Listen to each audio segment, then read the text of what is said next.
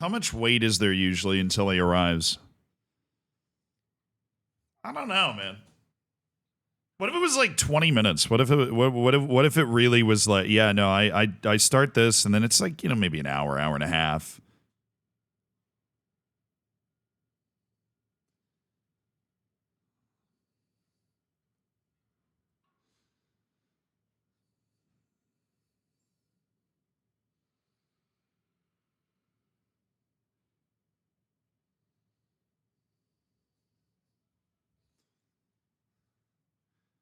He's building tension, guys. Just let it happen.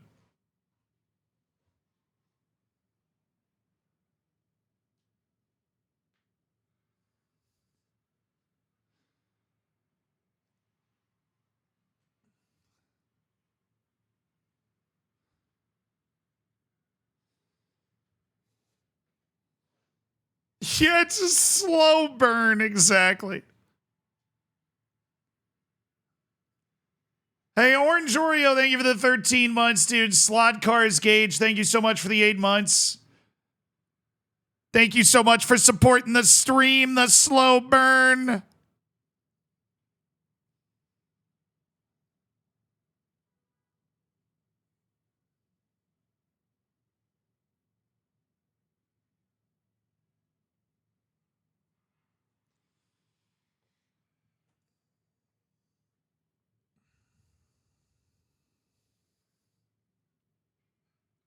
I mentioned Atalanta being an FM save type team.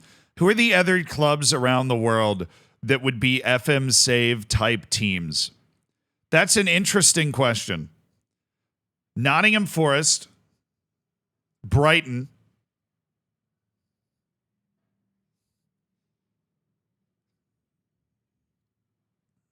Bayer Leverkusen,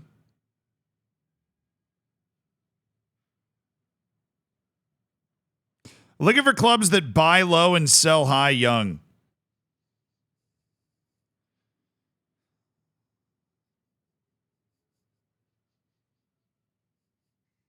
Oh, dude, Heidenheim because they started in the 5th division and they're all the way in the top flight like 13 years later. Yes, Heidenheim. Principal Agent, thank you for the 13 months, dude. More like Barca going after La Liga and Real Madrid puppet Tebas.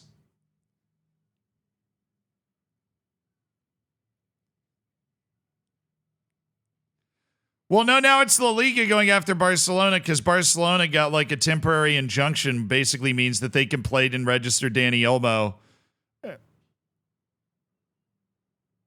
until the case is decided. Miller, thank you for the 57 months.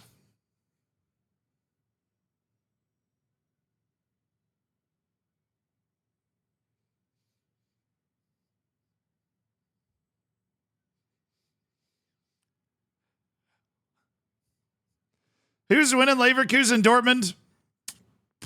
I'll take Leverkusen.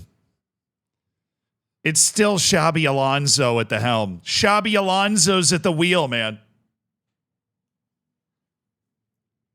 Como because of their owners? Yeah, probably.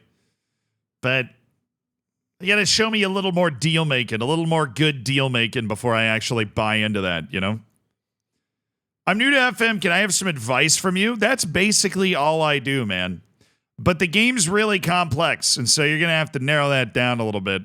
Salah or Hazard? Salah. I really don't think that's as, challenging of a question as people want to make it be. But it's very easy to fondly remember the incredible goals that somebody like Eden Hazard was able to score. But the consistent top-tier production Mo Salah's delivered from the moment he got to Liverpool is on another level from what Eden Hazard was able to bring. Now, Eden Hazard scored sexier goals, don't get me wrong. Eden Hazard scored sexier goals, but Mo Salah scores more, and he does a lot more. Swansea Tristan, thank you for the 26 months, brother. Don't know whether to watch Villa, West Ham, or Dortmund. Here. I'll be reacting to the scores from both games, so hopefully that helps. What are Villa and West Ham playing in? Do I not have the League Cup saved on my... FA Cup. Hello. I don't have the FA Cup pinned. Oops. Villa, West Ham, and the FA Cup. Who's home? Villa Park. That's a brutal draw. That is a nonsensical draw for them to have to handle. Hello.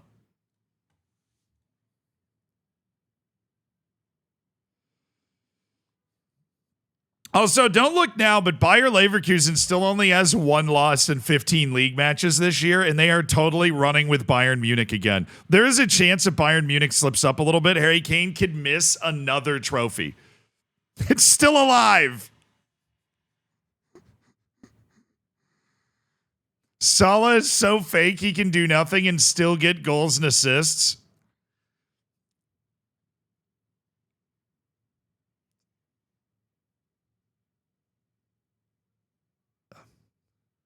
Same, dude. I just roll out of bed and get like 30 goals and assists every year, you know. But it's really because the team around me. That's exactly why, you know, Luis Diaz ends up with the same number of goals and assists. It's because the team around him, right? That's exactly why. You basically just go in and plug in like any of the other guys they have on their bench and they would get basically the same production. Absolute fraud. Matt Gamer Guy, thank you for the 55 months. Hello, Zlatan Zilandimovic. Couldn't have said it better myself. How far will Leverkusen go in the UCL according to y'all? Quarterfinals. Hibbernouts, thank you for the prime. I think when they finally end up on the huge stage against a Real Madrid, I don't think they'll be able to win that match. But I think if you give them like, you know, Benfica or, you know, I think like an Arsenal, I think they could probably beat that. I think they get quarterfinals and it's a great run. And then you're going maybe, and then no. Right, the moment you go maybe, and then absolutely not. No. Salah versus Hazard is like Ronaldinho versus Neymar. One's clearly the better player historically, but the other has the people's vote. Yeah, and I think what helps out Mo Salah and Neymar when you're talking about that is Mo Salah and Neymar played at the top like level of their ability for a lot longer. I mean, Neymar is the leading goal scorer in the history of Brazil. Anybody that tries to discount Neymar, he did that through like no ankles, right? Neymar is clearly one of the, I would say, yeah. It's a problem though because Ronaldinho is somebody that made so many people fall in love with the game because he had so much sauce to what he was doing, right? It's not like Neymar didn't have sauce. Neymar has sauce. Ooh, this is a really like fun. This is like a really fun debate, actually. Ronaldinho versus Neymar. Because I think Neymar overall is the better player, but Ronaldinho just owns the streets, man. And he owns the streets because he has all the sauce. Neymar actually, relative to Ronaldinho, had like more meat. You know what I mean? Neymar lacks professionalism, kind of like Balotelli. That's just not true. To be perfectly honest, Balotelli's lack of professionalism is comparable with basically no one. The dude was nuts. He's still playing. The dude was nuts, right?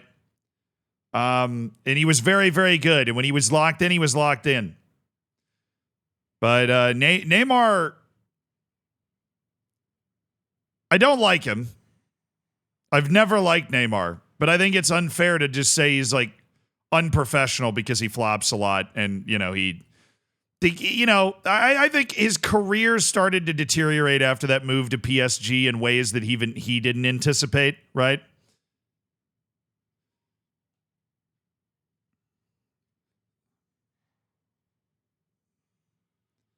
You don't like Neymar? I mean, like, no. I acknowledge the fact that he is an absolutely tremendous player. He's fun to watch play, but I don't like him. You know, I'm not out there like rooting for Neymar. You know, if I'm not waiting 5 hours in the rain to get a shirt signed by Neymar. You know what I'm saying? Do you have a training schedule that people can download?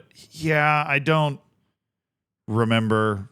where they are, honestly, at this point. I'm sure they're on Steam and stuff, but training is taking a lot of hits in my eyes recently. So, all right, Sabretooth, thank you for the 19 months.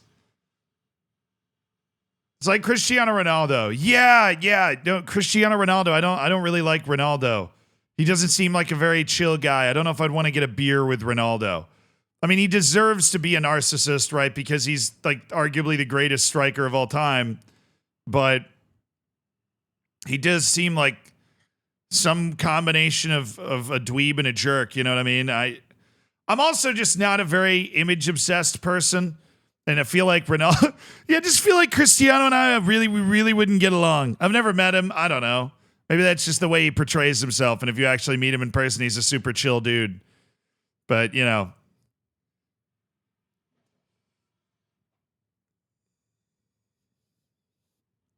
See, I'm always like,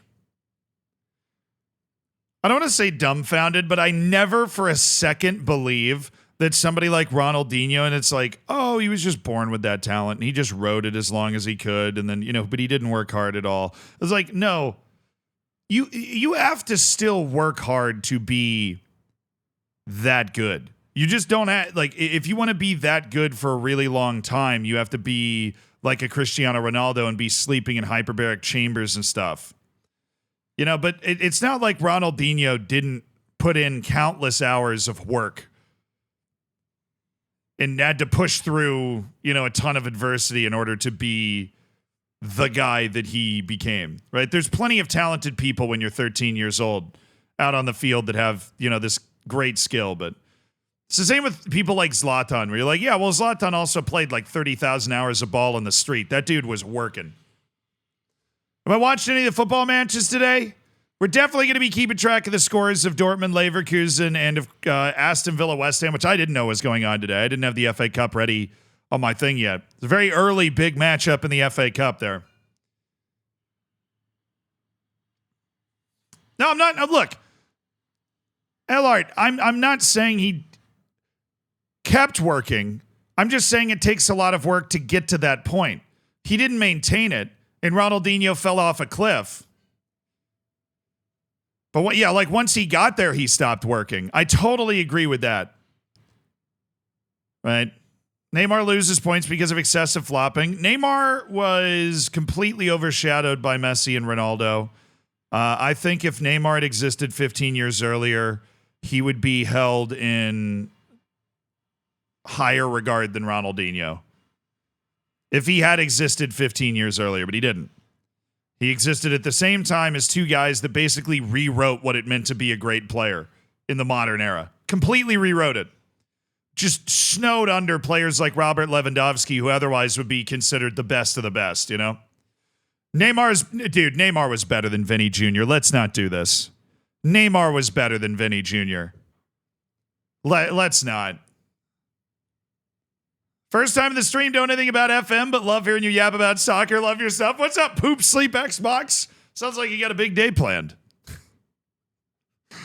Welcome to the stream, dude. We're yapping. Nah, man. Vinny is not as good as Neymar. No, Neymar now is not better than Vinny. I'm not going to go that far either. Neymar is coming off an ACL and he's played like no competitive matches in the last 2 years. But Neymar at his best was way better than Vinny. Neymar had, Vinny is a lot closer to an Mbappe-style player. Neymar had the beautiful game gene. I'm sure he still has it somewhere. Neymar has the beautiful game gene, where he does things that nobody else sees, nobody else tries. And never in a million years could I imagine Vinicius Jr. trying to rainbow flick somebody. You know what I mean? Like that's just not... Neymar had that Jogo Bonito brother. Like he bogoed some Janito, right? He had the beautiful game gene. Vinny is more in the Mbappe camp, where Kylian Mbappe is obviously a very skillful player that can take people on off the dribble and go on majestic dribbling runs and score beautiful goals. I'm not saying that Vinny and Mbappe can't do that, but I think Vinny is basically just a worse version of Mbappe at his best. So who do I think is better, Vinny or Arjen Robben? Right now, Robin, but if Vinny continues to play at the level he's playing at for a couple of more years, I think that you're looking at Vinny starting to pass Arjen Robben. Right now, though, my answer is Arjen Robben. There was a long-term consistency to what Arjen Robben did that we obviously... Vinny hasn't had the opportunity to show yet. Why do I dislike Vinny so much? No, I don't dislike Vinny. I'm generally defending Vinny because so many people dump on him so much. I respect the hell out of him for turning into a great player after how much crap got thrown his way when he first got in there. It's no insult to anybody to say that Arjen Robben's, better than them. Arjen Robben was a freaking unbelievable player, right? Who won all of the trophies, right? Scored a bajillion goals, right? I mean, Arjen Robben did do other things than just cut in and shoot, but he also was probably the world's best ever one-touch in and shoot winger anybody's ever seen. No, I've always liked Vinny. I actually have always liked Vinny. I don't like Real Madrid. I mean, that's well documented, but I've always liked Vinny. And I don't like Neymar, but I like Vinny. Well, okay, Robin didn't win an international trophy. He didn't win all the trophies, right? But I strongly believe Arjen Robben is underrated. Arjen Robben's just one of those guys that was a mainstay on one of the biggest clubs in the world for a long time, but he kind of gets lost in that, right? Because he was just there for he was just there. What are your thoughts on the Penn State-Notre Dame game? Those two teams are the exact same team. Notre Dame's quarterback just made less mistakes in the really important moments. Those are the exact same teams. They play the exact same way. They just beat each other up. They ground each other into dust. Penn State's quarterback makes the bad mistake at the wrong time. Boom, game. That's what makes the difference. Arjen Robben or Mo Salah?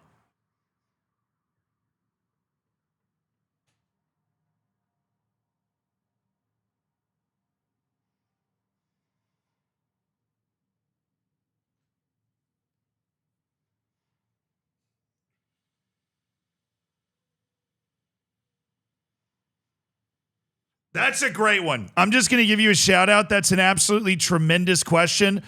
I think that you can probably make a compelling argument for both of them. That just sums it up. One person goes, it is very close, and the other person says, it isn't close.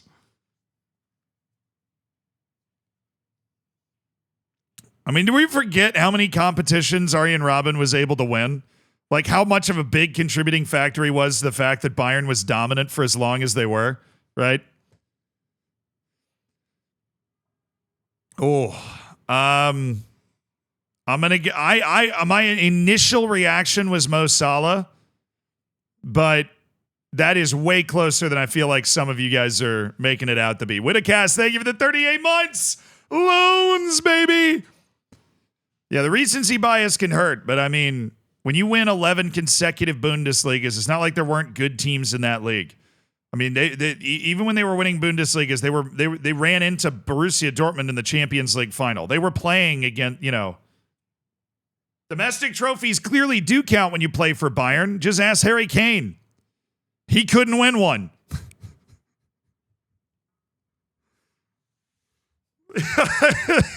Like, Bundesliga is a high-quality league. We're not talking about the French league here. This isn't PSG rolling people, okay? The Bundesliga has been a top four league basically the entire time that Bayern has dominated it. They never had an unbeaten season, which is another indication that shows you how much of a challenge there was in the league. Why do I think Salah is so underrated until this season? Same reason that Robben's been underrated. Sometimes you have these big clubs that are good for a long time and they're always starting the same couple guys, and you forget to show appreciation to those same couple guys. You forget to show you're like, well, Liverpool's been putting up like 85 plus points in the Premier League for 6 years. Well, who's been a part of that, right? Who's been involved in that? Well, Mo Salah every year. Okay, look at Saying look at Arjen Robben's Premier League numbers and compare them to Mo Salah's is like saying look at Kevin De Bruyne's numbers with Chelsea and compare them to Mo Salah's, right? Arjen Robben's crest of his career was Bayern Munich.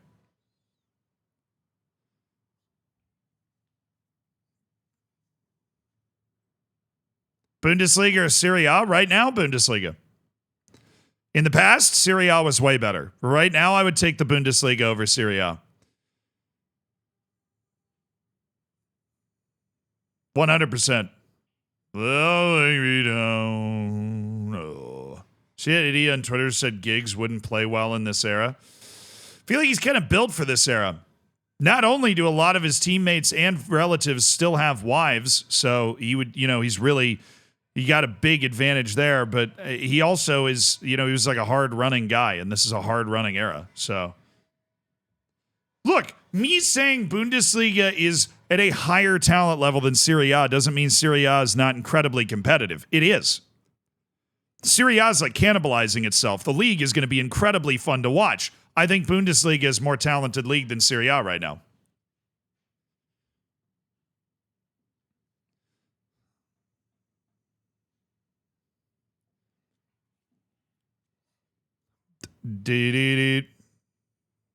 Well, I mean, if you're putting Serie A as the best league in the world right now, that's just wrong.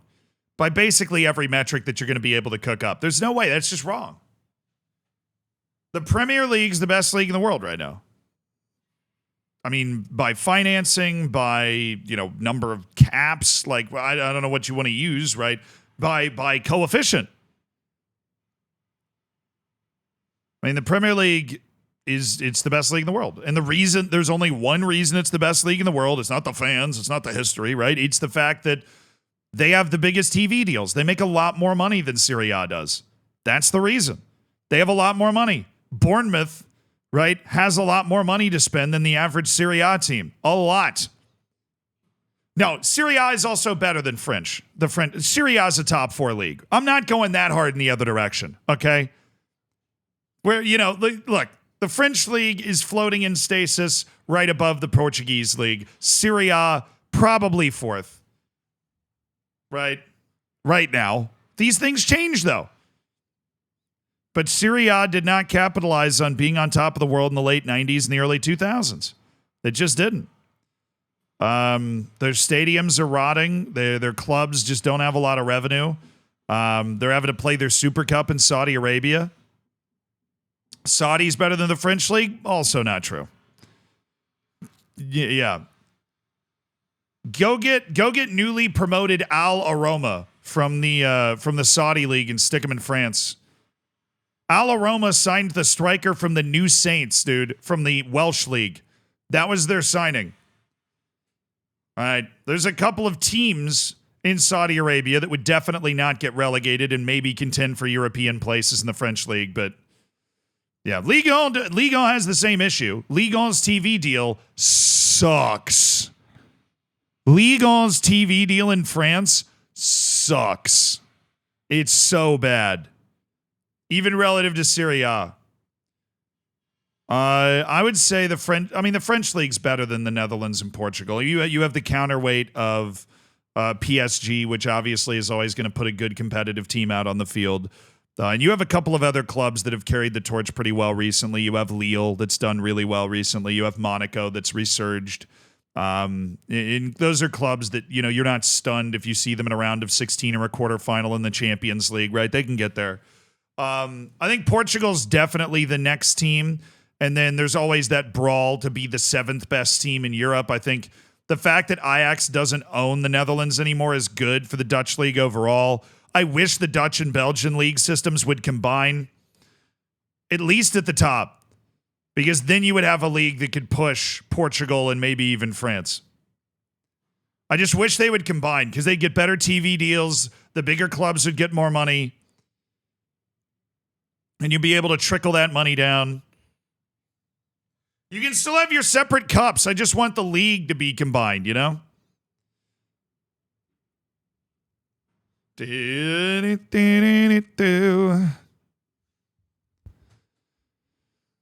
that would be my That would be my plan. Finally caught a stream after spending 2 days catching up on YouTube. Have you heard the story about Iniesta buying a Danish third division team? I mean, why not? If you had a ton of money and a bunch of free time, sounds like something I would do. Yeah. Why not? Well, what about the fans? You'd have to away fans. Dude, do you know how big the Netherlands and Belgium are combined? It's like the size of Georgia, okay? Drive. Take a train.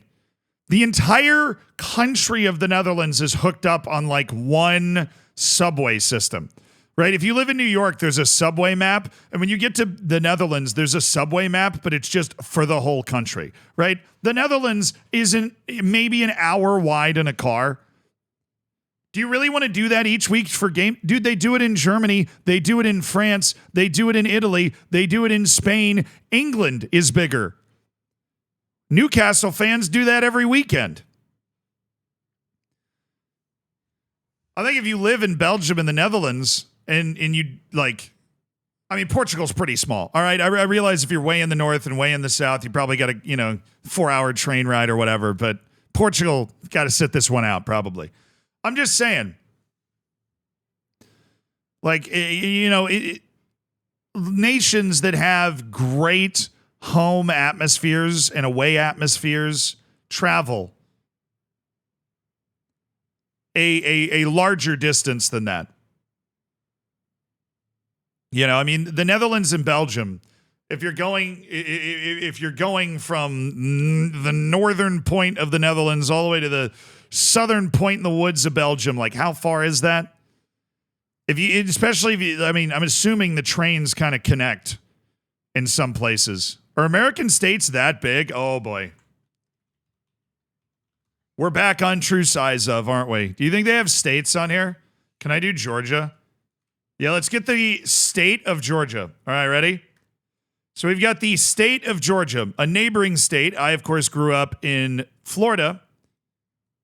Let's take the state of Georgia. I was more right than I even knew. All right? That is the state of Georgia in the United States. What about Alabama? That's Alabama. Okay. How about, I don't know, any state? Let's take Florida. Florida's nice and long. There you go. Okay. This is Miami down here. This is my hometown of Tampa. So any away day in the Netherlands-Belgium combined league would be shorter than a drive from my hometown to Miami. Do Rhode Island? Okay, it's probably bigger than Rhode Island.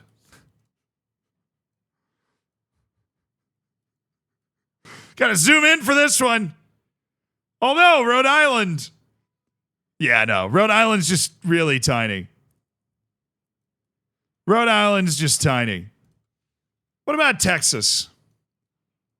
Don't mess with Texas. It's bigger than Germany, Netherlands, Belgium, and most of Czechia combined. And then it also picks off London, so that's pretty sweet. Rhode Island League win? Yeah. So, like, for example, I grew up in Tampa, right? This is Tampa Bay. It's a beautiful, incredibly large natural bay that pirates used for hundreds of years. Tampa has a very strong pirate history. We have a pirate festival every year called Gasparilla. Great excuse to drink on the beach if you ever have the opportunity. Everybody dresses up like pirates. It's great. So if I wanted to drive from Tampa to Atlanta, that's about 8 hours. And that's on the interstate system. So you'd hop on I-75 and you go there.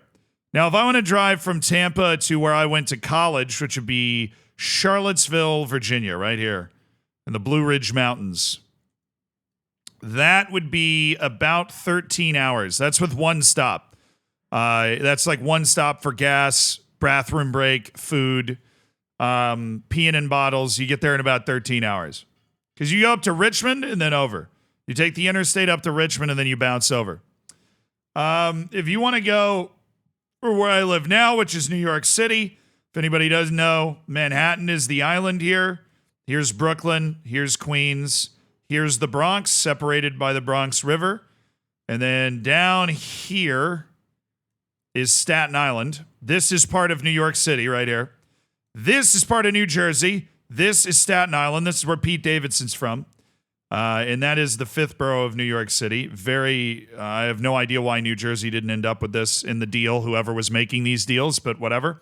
So if you wanted to drive all the way to New York, right, all the way up there, this is about 22 hours, Tampa, and then what you do is you drive across Florida, which is a pretty fun time because Florida gets real redneck up here, and you go to Jacksonville, which is, of course, named after former President Andrew Jackson, who fought the Seminole Wars for Florida. And then you go from Jacksonville on I-95, and you go through Georgia, just the coastal part of Georgia, South Carolina, North Carolina, Virginia. You go through Washington, D.C., then you go through Maryland, you strafe Delaware, then you go through New Jersey, kind of strafe Philadelphia, and then you're in New York. It's about 22 hours.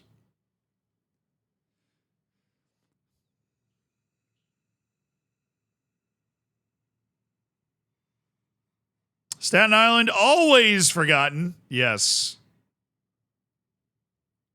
Correct. Well, you want to know, the New York Marathon that I ran starts here at the Verrazano Bridge, and then you run up here, over here, over here, over here, over here, over here, over here, and then you get here, and then you run across, and then you run up, and then you run up, and then you run up, and then you go over, and then you hang out here, and then you come up here, and then you come down. And then you come down, and then you come down, and then you wrap around, and then you finish right there. So it's a really short run, actually.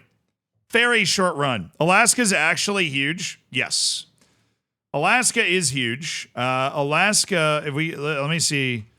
If you ever have a chance to go, it is gorgeous. This is where Anchorage is. This is the capital.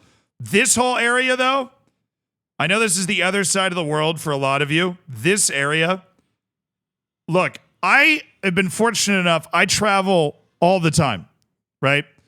My family grew up traveling. Is like my family's vendetta was we're going to go on a trip every year, right? And of course, now the job that I have chosen and the job that I chose before that, which was broadcasting and news and journalism and whatever, I travel all the time. I have been to a lot of the cool places in the world. This area, these islands in the southeast of Alaska, brothers, I've gone whale watching in a couple different spots. New Zealand, Iceland, right? I've gone whale watching in California, in Seattle. All you got to do is get on a little boat and pull out into one of these sounds, and you are surrounded by humpback whales. It is one of the coolest experiences of my entire life. It is beyond beautiful in this area. Now, don't go in the winter because it will be cold. It will be so brutally cold because it's all on the water and it's like damp, deep green forest cold. But this area from like Juneau on down, all these little towns is just magnificent. And then obviously Anchorage. And then if you want to go up, there's Talkeetna in Alaska. That's probably as far north as you want to go. I mean, there's other places you can go, like Fairbanks is an actual city that's up here, but I don't know why you'd want to go there. Talkeetna gives you a view of the mountain. Denali, which is like one of the biggest mountains in the world. It's just freaking gorgeous. But how big is Alaska? It's France, Spain, Italy, and the UK and England, I guess. And then a little extra juice in other places, right? Ooh. Visiting New York this year? Any recommendations? How big is it? This big? And it's just forehead. And it's just forehead. Any recommendations for New York? Go to Chinatown. Just walk around, go into a bakery or something. Go to Central Park. You got to go to Central Park. Nobody realizes how big Central Park is. It's like 7 miles around. Just a huge chunk of land. So I think Forest can go top 4. They probably won't, but they got a shot, honestly. But usually what you see is teams like that kind of burst onto the scene early in the year, and then the teams with the real deep quality, like your Arsenals, your Chelseas, they start to pull ahead after that.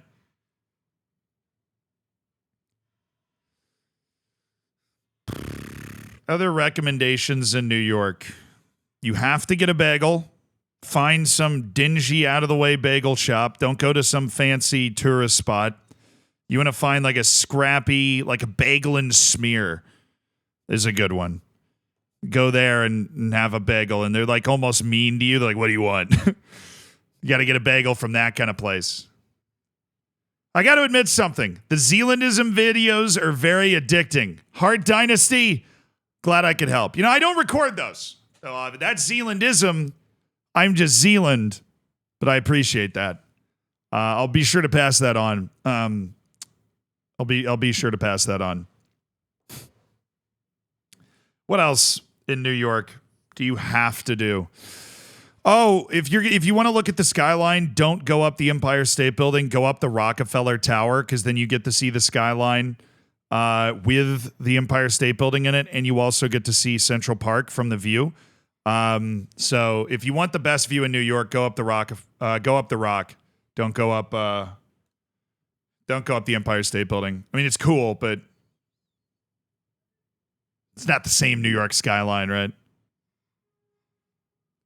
Do-do-do-do-do.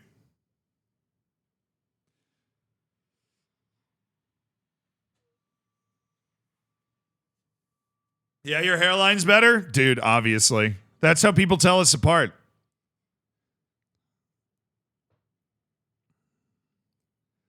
Got to go to the 9/11 memorial? Yeah, that's really touching. If you want to like feel something, there's the Holocaust and 9/11 stuff. And that'll, if you want to just be miserable for like a week, go to those two things. You'll be having a good time. You'll be doing the exact opposite. It's like watching Titanic on repeat three times in a row. You're just like, it's good. It's good to see once. Those things are very important to see once. There are certain things that should be like required viewing for humanity. I think, Holocaust Memorial, 9/11 Memorial do a good job of that. If you ever want to keep somebody from committing wanton violence, show them the outcome of wanton violence. What is this match? Who the hell am I playing? Corinthians? All right. Freaking easy. I can cook these guys. Eat at a halal cart? Oh, the halal guys? I mean, okay. New York's thing is like the dirty water hot dog. The dirty water hot dog. You go to one of those stands and you're like, I want a dog. And 30 seconds later, they hand you a dog. Now, hear me out. They also have one of America's greatest treasures.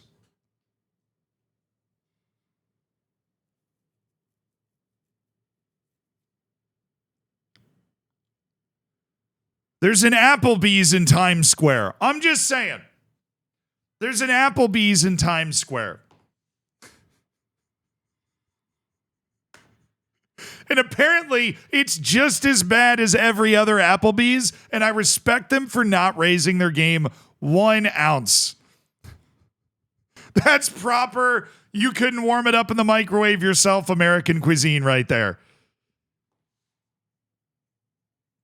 Now, you know what you got to do if you've never had it? I don't know where you're from, the person that asked for recommendations in New York. There is a Cane's in Times Square. Get the Caniac combo with 2 extra Cane's sauces and just die happy. That is real good stuff. Poseidon, thank you for the tier 1, brother. Thank you for supporting the stream. Hell yeah. Cat's Deli's great. I mean, it's a tourist trap, but it's a good tourist trap. I like Cat's Deli. It's a good time. Credix, thank you for the 4 months.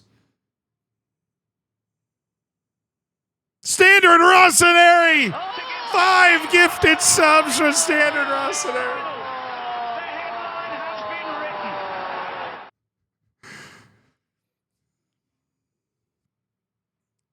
You're welcome for making you addicted to FM again, Credix. Huge thank you to Standard Ross and Harry for gifting a sub. Jamie, Onfear, Suits, Luke, Ludd. Welcome to the Hammers. Enjoy the bacon. Enjoy the emotes. Be sure to say thank you. Thanks, man. I'm from England, so first time in the U.S. Oh, first time in the U.S. Yeah, everybody's got that thing on them. Everybody's got their piece. When you're in the airport, you should probably snag you just a couple of like M9s at least. And then they've got like the you know, like the FBI agents where you can grab one of those in the airport as well. And so you can just, you know, if anybody pulls up on you, that's what we call it here. You know, you can just whip them M9s out and be like, watch it, Buster. You got to say Buster, too. It's like the Wild West.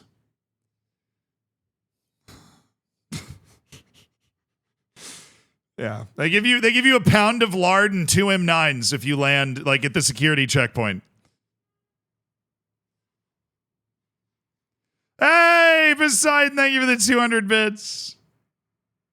First time on the stream, only know you from YouTube. What's the goal here? So we started with the worst playable team in the best Brazilian state leagues, the Sao Paulo State. It's called São Bernardo. They're from a district of Sao Paulo called the ABCs that has never really had good teams before. They've always been bullied by the other regions of Sao Paulo. So we have since won the Sao Paulo State League twice. We're in our second year in the top flight of Brazilian football, first year in Copa Libertadores. We're in the knockouts of the Libertadores. We're in the quarterfinals of the Cup. And currently we are top of the league in our second season up here. And that's where we are. And I just need to pick this team. And we play, Palmeiras in a couple of days, and then Botafogo in the quarterfinal of the Cup. All right. So I think in first team on this one. So I'll go a little Lucas Montawan, because we still have Lucas Suarez out for 4 days to 2 weeks. So I only have one right back. What could possibly go wrong? All right, Hollandzinho, Bright Ariembi. Let's go Bright Ariembi and Ala Graham and Mateus Pereira. Skelly Alvaro, Martin Tavra, Kevin Burrow, Marcinho, Mortada Saeed. Yes. Good team selection, bros. Good team selection. Great advice. Now, what is the actual good food in New York? Hidden gems in New York in particular are bodegas, which are these little stores off to the side, not the tourist trap ones that are trying to sell you shot glasses, right? There's these little stores off to the side when you're just walking along the street. They're basically a convenience store with a restaurant in the back. I love bodegas.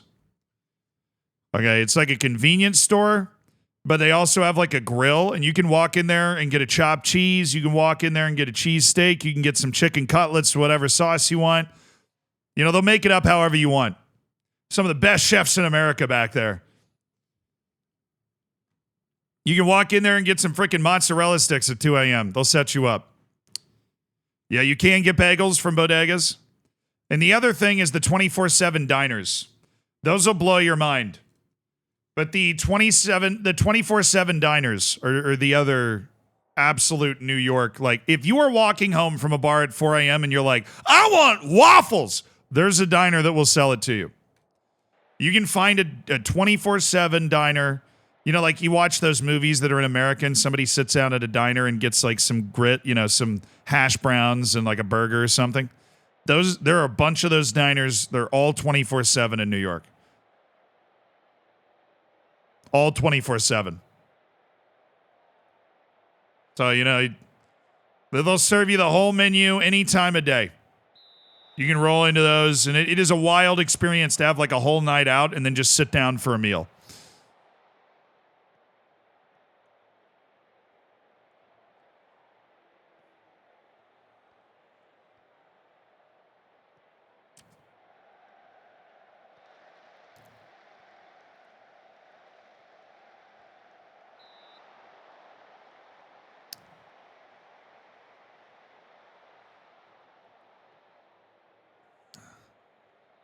You can't drink alcohol in public? Depends on where you are in the U.S. New Orleans, Las Vegas, freaking let it rip, dude. In the U.S., you have to be in an establishment. You can't open carry in the street. That is true. Zealand, how do you know that? I have a citation for drinking in public. It was nothing heinous. It wasn't anything bad at all. It was more funny than anything. I had to pay a $50 fine.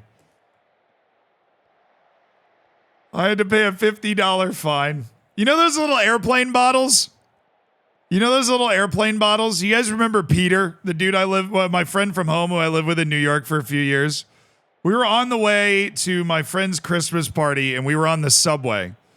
And dude, if you're on the subway in New York, people are drinking full beers, right? Like sitting there, maybe sometimes brown bagging, sometimes not, or a White Claw or something. They're, openly drinking. Drinking on the subway is not something that is policed because most of the time the doors are closed to the subway cars. So this is not like a heinous thing that we were doing. But Peter had gotten these little airplane bottles of, I don't remember what it was. Some sort of liquor. And we're on the way to this holiday party, and he's like, dude, let's like drink one right now. Come on, Saeed. He goes, well, let's drink one right now. Okay. So, he takes them out of his coat, and we have each one in their little airplane bottles. And it's December 18th. Everybody's on the way to holiday parties. We're dressed up in turtlenecks for the holiday party, and we cheers. And I go to drink it, and I just feel this hand on my shoulder. Turns out the NYPD, I'm assuming to like pay their budget for the rest of the year, had set up a public drinking sting on the subway at the exact station that we were stopping at while we were doing this. Was he on? No, he was offside. And so I get a hand on my shoulder. It's like, sir, can you please come with me?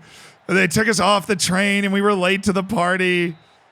They took the airplane shooters and just gave us a $50 ticket. Like, okay, whatever. It was pretty wild. It was really just incredibly unlucky because I honestly don't push that envelope nearly as much as most people for, having a beer or something in public. But I mean, it is technically illegal, but it's like getting a ticket for jaywalking, doing a shooter on the subway.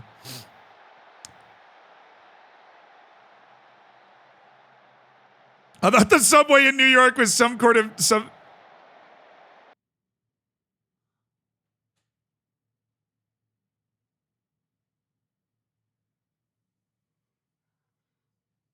Yo, dude.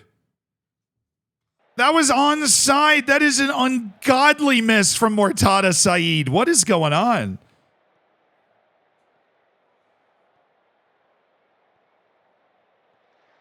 So that is, yeah.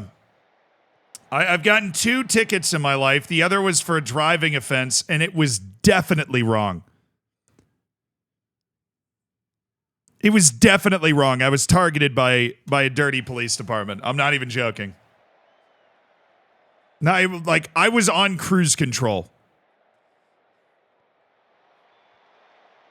A lot of police departments in the U.S. and rural counties will especially if you have out-of-state plates, they'll give you tickets, especially if it's late at night or whatever.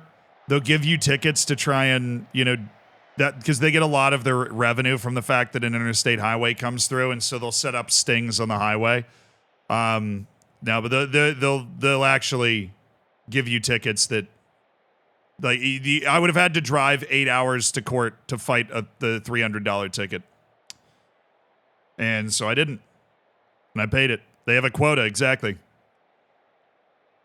My mom was in the car. I got a ticket for going 95. I had the cruise control on 78. And the cruise control was not broken because I asked the officer to drive 78 and me drive 78 behind him to make sure that the speedometer was right, and it was right. It was just 2 a.m. in Georgia. Macon, Georgia. And I was cruising along. There's nobody else on the highway. Cruise control on 78. Got pulled over. Got a ticket for going 95, which triggers Georgia's super speeder law, which costs $200 more. And you're just like, well, my unlucky day, I guess.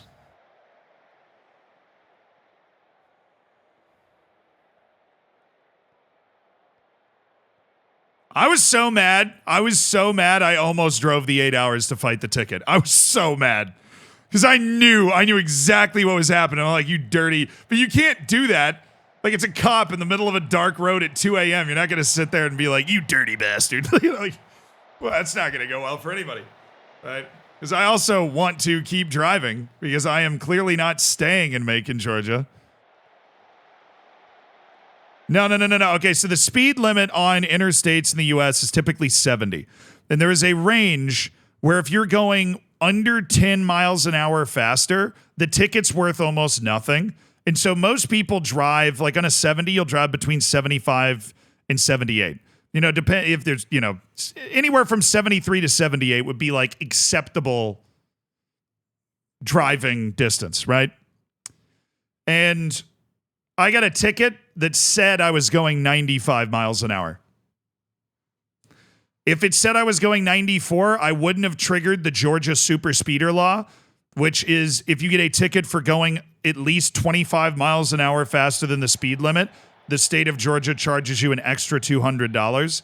It's a law that's passed in Georgia called the super speeder law.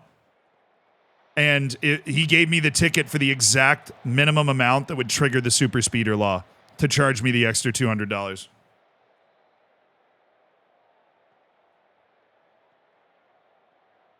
Well, now I don't have a car. I live in New York, so that solves that problem.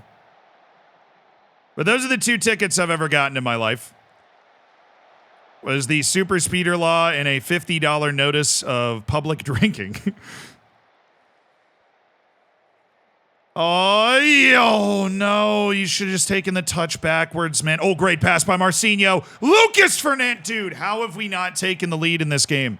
I'm enjoying telling all these stories, but we are just wasting chances. Where would you recommend staying during a visit to New York City as an area? Ooh, wherever you can afford. We'll start there. New York is a very expensive city. It is very expensive because of how condensed it is. Most people will want to stay in Manhattan, and that's fine. Manhattan is where, you know, the action is, right? That's where if you're a tourist in New York, you're going to spend your time in Manhattan.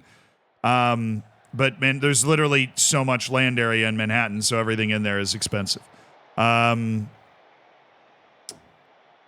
Where would I want to stay?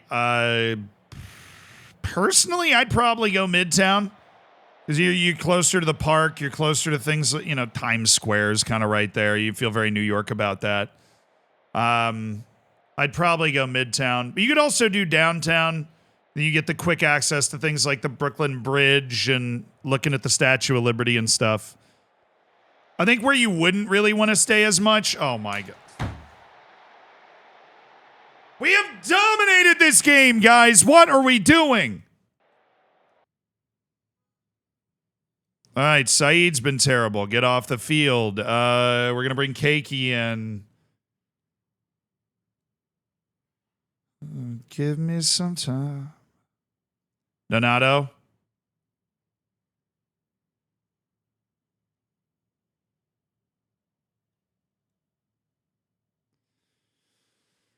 I'm going to bring in Basquilia. Lucas Fernandez hasn't done anything either. Come on, man. Maxie, thank you for the 41 months.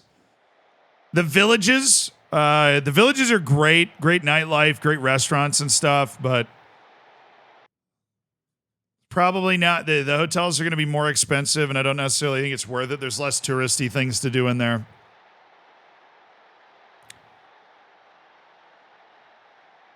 God, we've totally dominated this game. Then we just give up a set piece goal because we're out here just not scoring.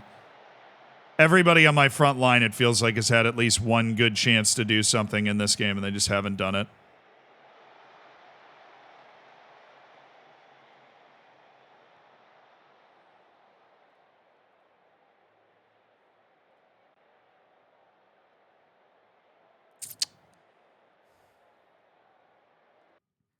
We haven't lost a league game all year, dudes. We gotta figure this out real quick.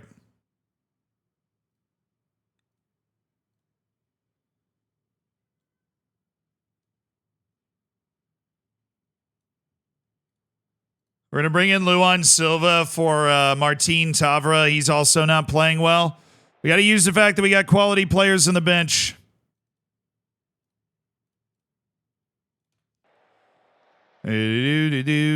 Come on now.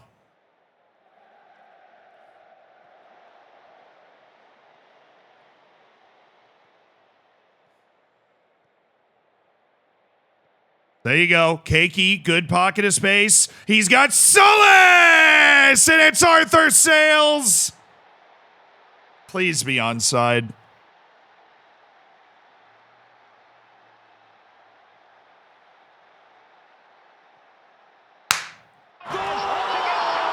Boom, baby! Boom! The salesman, Arthur Solis! Coming in, making a serious impact. We're going to stay after it. We're going to go for the win. We're going to stay after it. I like the positions we just got in. They were pretty open. We are going to go for the win. Let's see if we can get it. Excellent job by the salesman and Keiki to set that up. I'm loving the way Keiki's playing this year. Mateus Pereira is the win here. Oh, they both made the near post run. If one had gone... Oh, shoot! Oh, the keeper wasn't ready. He'd just gone down. Just had to hit the target, and somebody needed to make a freaking back post run, dude.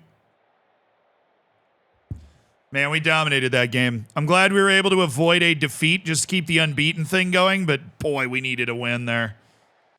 Should have been a win. Should have been a win. Could have been a real separating performance between us and Corinthians, but we couldn't do it. Bright Area MB has picked up a suspension. Perfect. He won't get mad at me resting him in this match.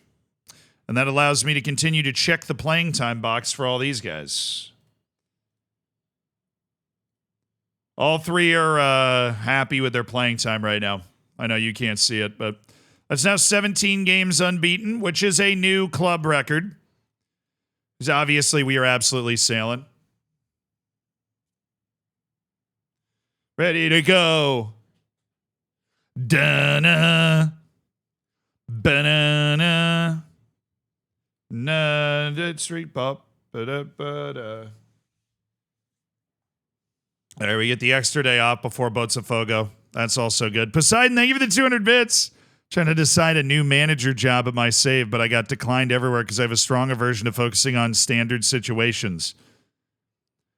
What does that mean, and what can I do to upgrade that? Honestly, any Germans in the chat know what that translation is in English? Because I don't think Google Translate's gotten that right. I don't know what that means. Set pieces? What, do you never score a set piece goal? Let's creak, bop.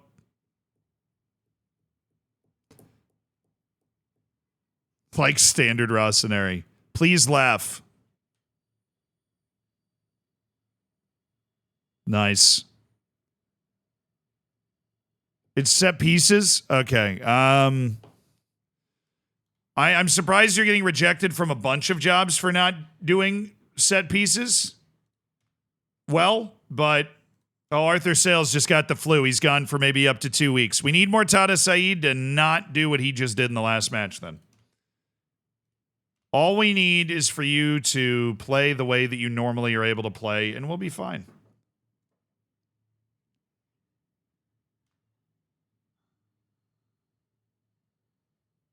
It's a trequartista, a natural trequartista striker with 17 jumping reach. That guy is just fascinating. Do.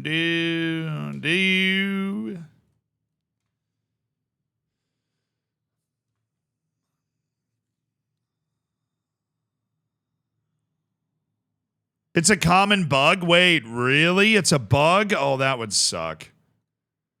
That would massively suck if you've run into a bug where you're not able to get any coaching jobs because of that.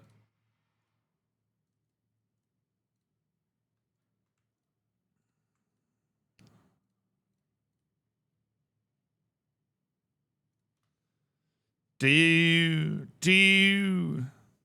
All right, Palmeiras. Me and my one right back on the entire team are going to take you down.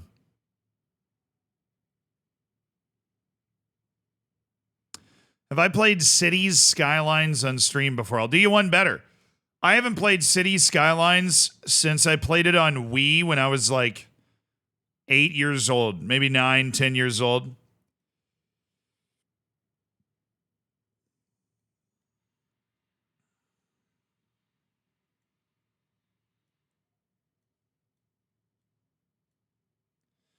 In the middle of the night. Oh, Mateus Pereira's got to come out. Martin Tavra's got to come out. We'll go with Nonato. And then Kevin Burrow's gotten a little too run ragged. We'll go Keiki.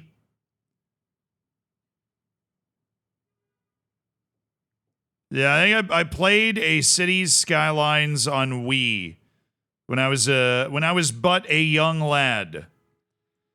I do recall a Cities Skylines on Wii because I was there, but I don't really remember it. Cities Skylines released in 2014, so I would have been 17 then.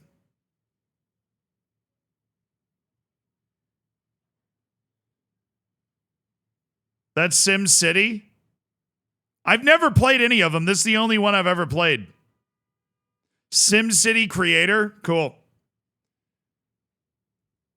SimCity Creator it was then.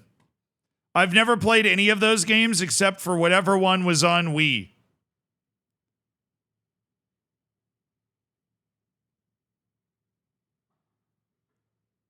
Damn, you're old. I just turned, what did the chat say? 41. I'm 41.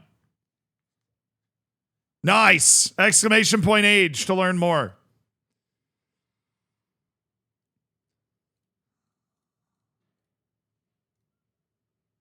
All right, let's beat Palmeiras. Come on, baby!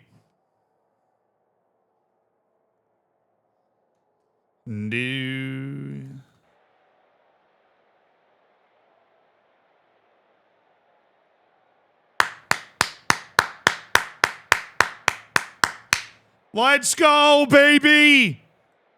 Do-do-do. Lemon Dog, thank you for the 3 months. Someone for some advice. Recently, my daughter has started identifying as a small group of words standing together as a conceptual unit, typically forming a component of a clause. Just, should I be worried? Or is it just a phrase?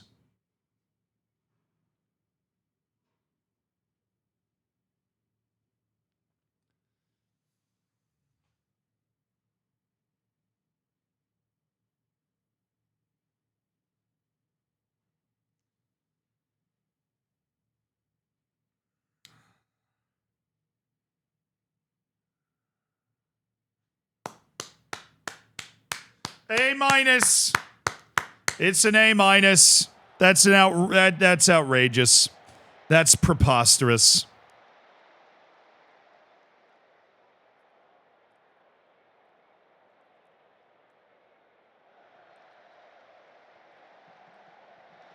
Oh, you.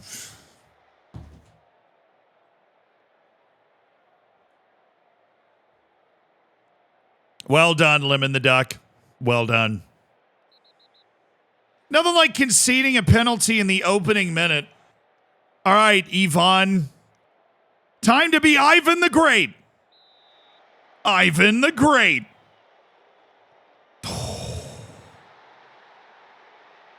That changes the math.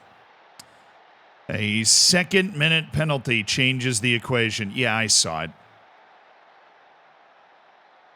In the cauldron of noise at Palmeiras, down 1-0 thanks to the penalty. Who is going to rise? Pasquilla. Yeah, that's not really it, is it, Pasquilla? Oh, hello. Can I please have the ball?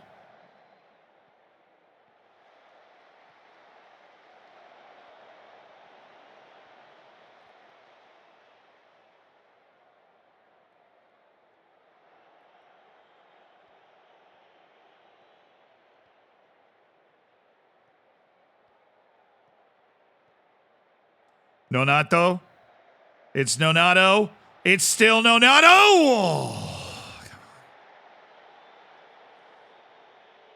the captain.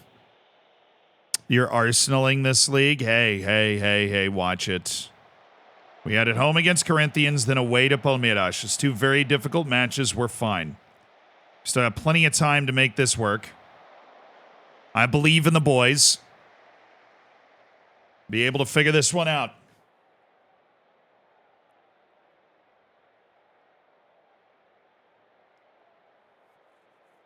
Not getting a lot of possession, though. That is definitely a concern.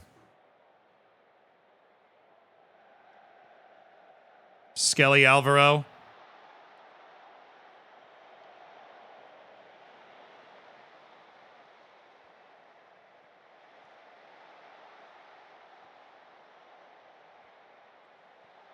Lucas.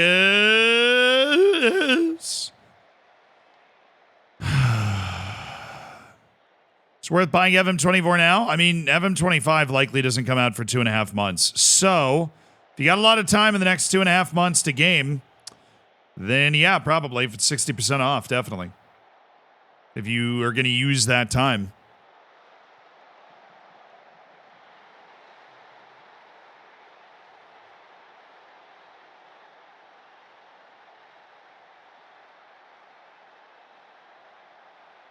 Hey, Lemon the Dog, thank you. Lone said he arrived too. Absolutely love it. Nice. Hope it's nice and comfy, dude. Appreciate it.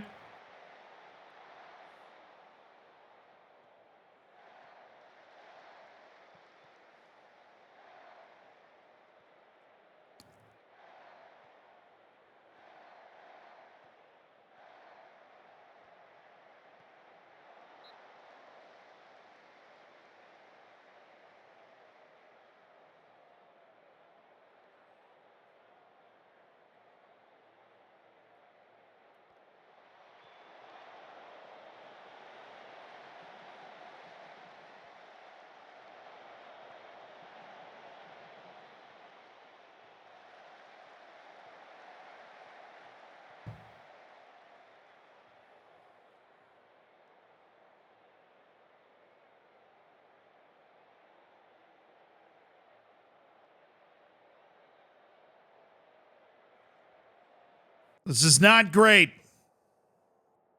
We need more possession. That's definitely where we need to focus our efforts, on picking up the ball.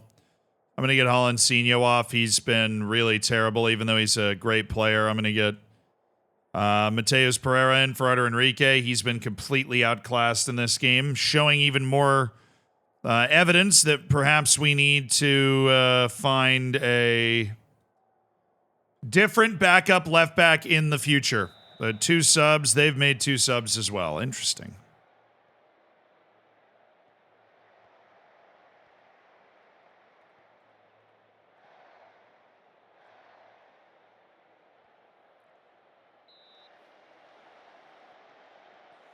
Come on now. Grab one back now. Grab one back. Skelly all day. All day, Skelly Alvaro. All freaking day. Nothing like my 6'8", 215-pound weapon of mass set piece destruction. Skelly Alvaro, baby. Not Jover. We are not cooked. Early goal in the second half. Huge. Shifts the whole mindset of the game. What's up, Waleed? Oi!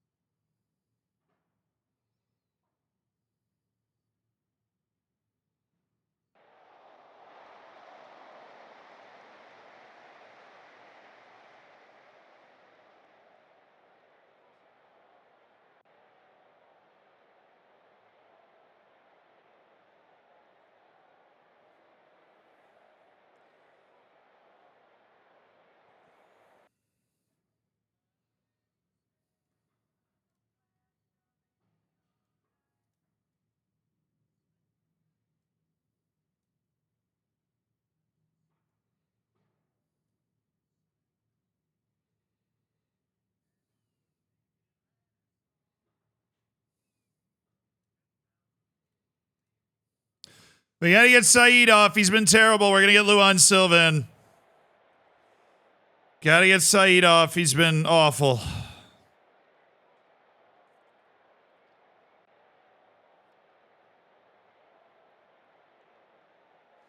Come on, Skelly!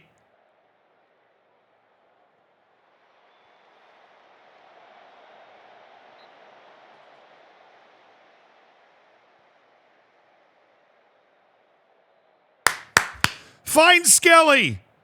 Hit the ball to Skelly!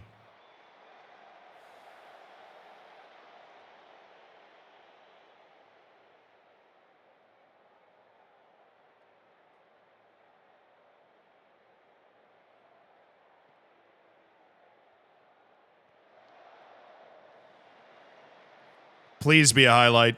Hologram. Nonato. Burrow. It's kept.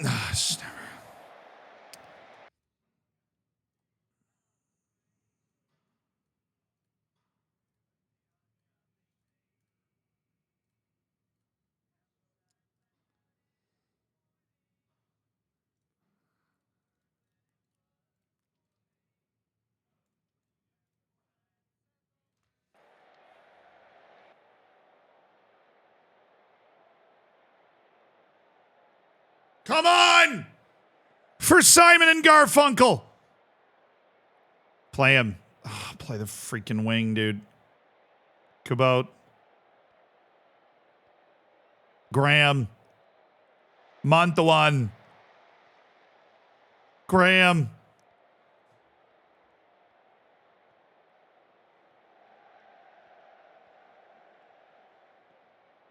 Skelly Alvaro. Marcinho. It's Lucas Fernandez. Yes!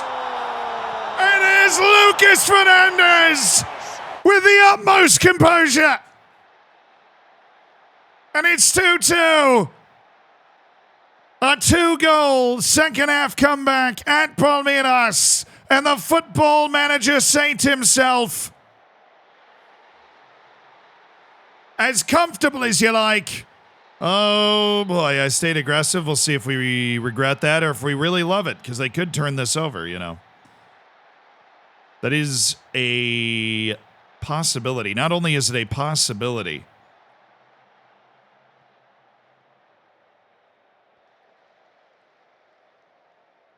there we go. That looks like a turnover ball. It is. Hologram has it. He's kind of running down a blind alley here. Smart. Good. Cabot. Nonato. Burrow. Still Burrow. He's got the fullback. He's got Pereira. Burrow again. It's Marcinho! Oh, no way! Literally no way. I think he's offside.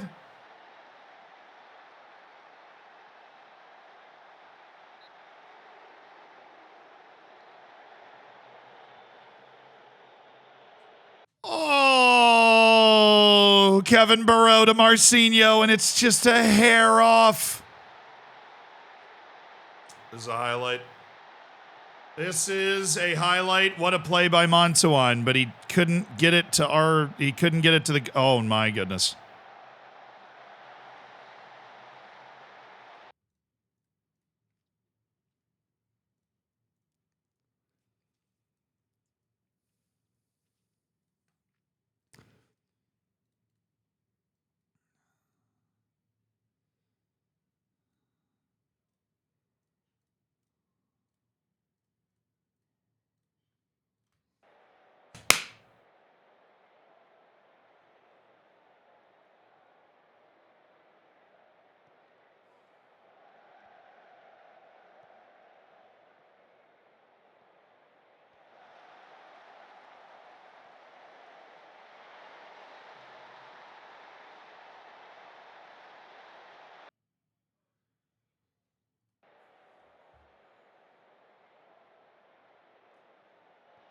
All right, well, come on.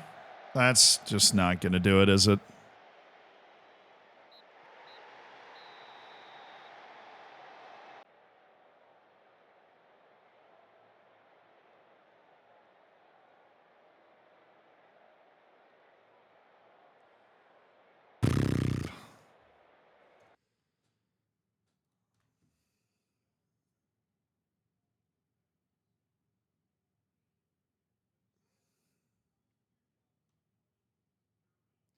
We have lost a league match.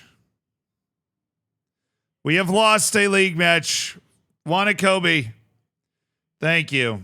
Saeed has a fitness concern. Okay.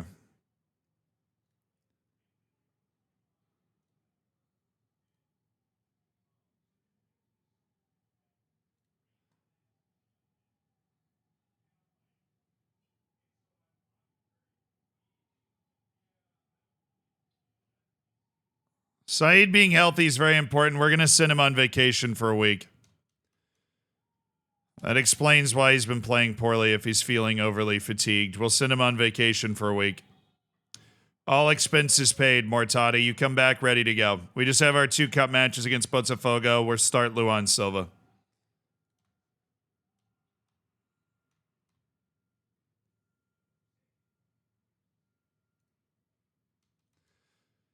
Saeed begins his leave. He gets kind of run into the ground with the Tunisian international duty as well. Dang, dude. A draw and then a loss right back to back.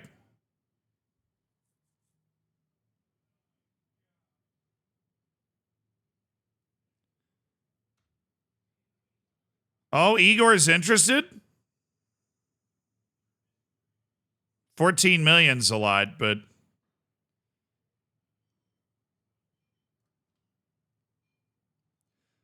Gabriel Anarame is not interested. Well, that's fine. I don't even like Gabriel Anarame. I think he's fake. He's fake news. It's not even a real player. It's a figment of my imagination.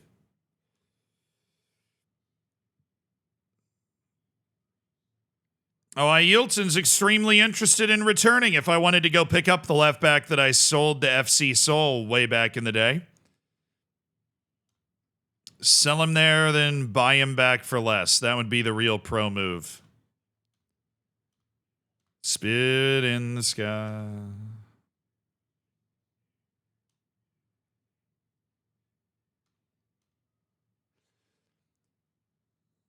Percy Tau.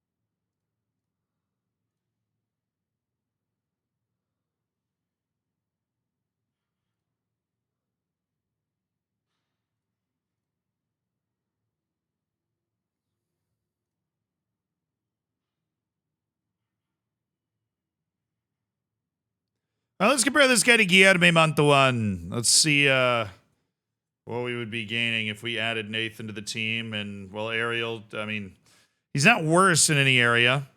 He is just better physically, particularly with his size. A little lacking in that determination, though. You know, he doesn't have the gumption. He doesn't have the right stuff, right?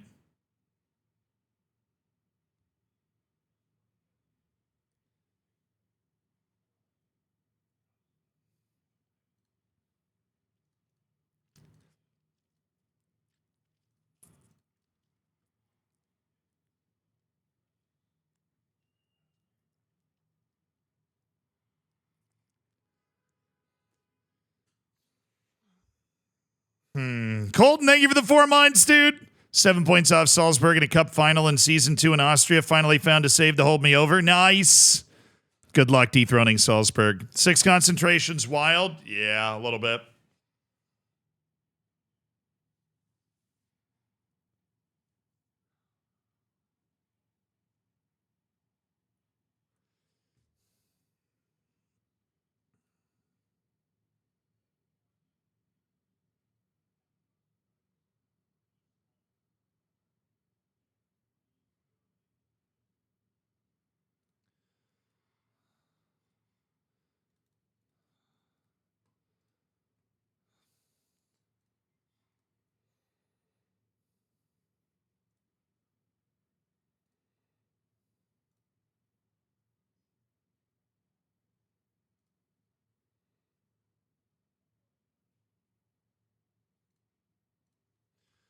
We're going to explore an offer for Nathan.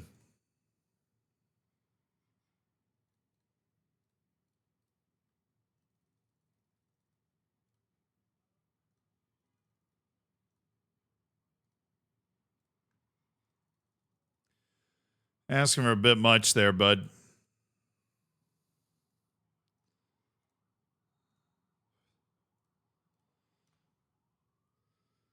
That would give us another right back that maybe we don't loathe quite as much as Guillermo Montewan now that we're getting into this period of the game where a period of the season where things are getting a little testy. Things are starting to try us a little bit. I'm getting tried out here. Hydrate. Good reminder. Thank you.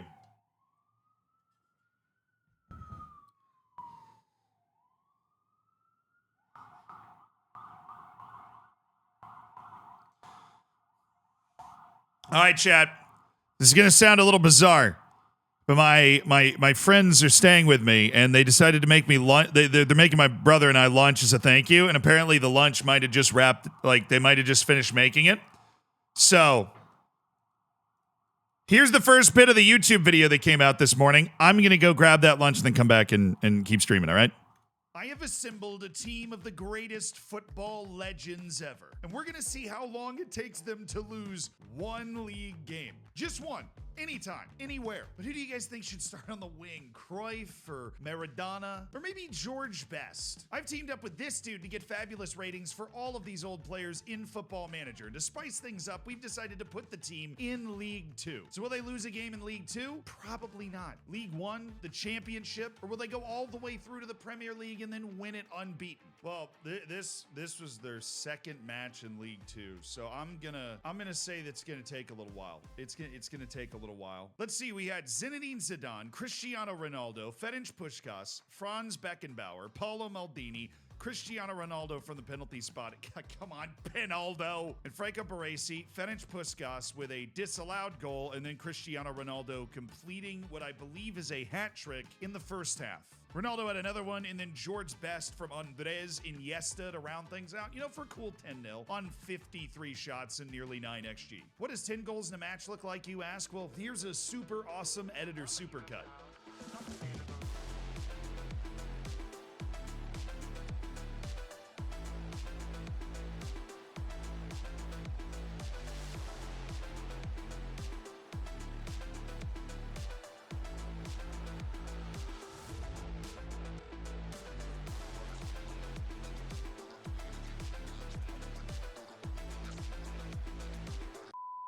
Now, Mansfield's probably wondering how they were unlucky enough to end up in this timeline where they're going up against Pelé passing it to Ferenc Puskás, but hey, you only play the team across from you. And what can get really interesting is if this team goes on to win the Cups in England, well then they, assuming they get promoted to League 1, would be playing in European competition. Nothing like a League 1 team in the Europa League.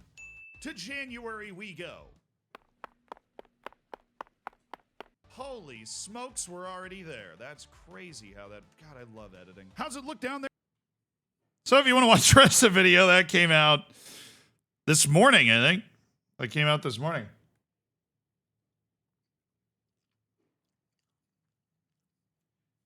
So, chat. My friends that are staying over made a fabulous veggie pasta as a thank you. And they have a ton of leftovers as well, so I'm going to be eating this for lunch for the next couple of days. But just a monstrous veggie pasta. Very, very nice of them. I always try to host, because my friends used to host me when I'd come visit them in New York, so I always try and host friends when they come to New York, because it makes such a huge difference.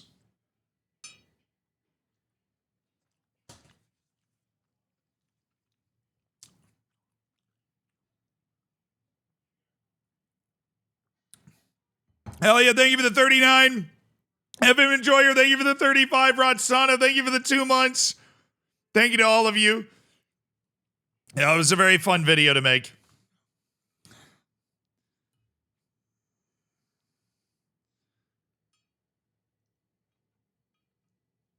Mm.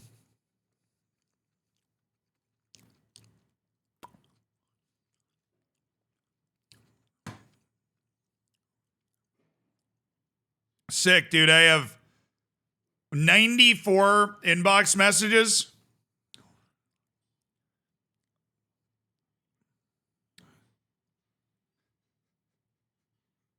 Let's watch more of the video. Page, Zealand. Well, I had to eat for a second. I don't really know what's going on. I don't see a lot of goals allowed. Red card? Really? They actually gave up a goal in their first match of the entire run, but they didn't give up another league goal until September 16th against Morecambe. Their first matchup with a bigger club was in the EFL Cup second round, and they won it 2-1 at home against Leicester, which honestly, not that impressive. When you get in and break down the stats, it was. And basically every match looks like this. The next round of the League Cup on September 27th, they absolutely paved Chelsea 4-0. The next round, they blew out Aston Villa 6-1, although there was a brief 2-minute stretch where it was 1-1 late in the first half. So the more I watch this demolition unfold, I'm a big believer they might be able to go all the way unbeaten through the Prem, which would make sense considering these are just the best players ever. Who got to play against the Manchester City under-21s? Not their lucky day, but we do love the Pizza Cup. We love the Pizza Cup. On stream, we worship this tournament. I've still never won it. Maybe if I just could sign these guys. The FA Cup second round matchup was against Wealdstone from the National League. But unthinkably, even though we haven't even focused on the league yet, there was a match. No, they didn't lose, but it was way too close. On the road against Grimsby Town, only 2-1 to win. And all it takes is one match for them to lose, and it's over in the league. We're not holding cups against them. If they win it, that's amazing. And they probably will, but they have to lose a league match. When that Grimsby match was tough, they had to start with some long throw cheese to score their first goal. 68th minute, it's still 1-0. Roberto Carlos taps one in. And then Grimsby, with their only shot of the match coming from a throw-in play, which just, further proof. Am I reacting to myself? A little bit, yeah. I just wanted to eat for a second before I went into this scouting center. Am I reacting to myself? Kind of. I just wanted to house some veggie pasta for a second. We call it the Zealandception.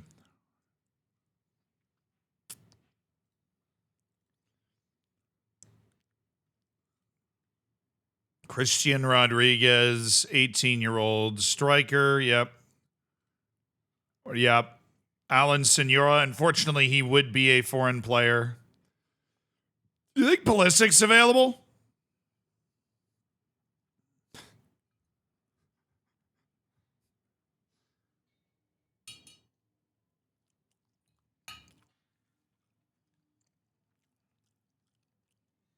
The song is about a school shooting? Yep.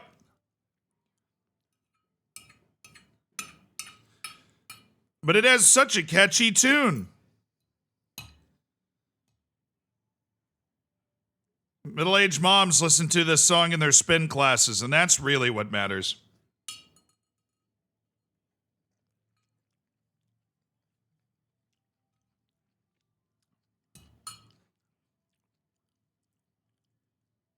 There's like one person in the chat that didn't realize this song was about school shootings. I was like, what? How'd I get the 195K attendances? What happened to the database? I don't know. They made the database, and I told them to just make everything about the club as great as possible, so they created a stadium that had nearly 200,000 people in attendance.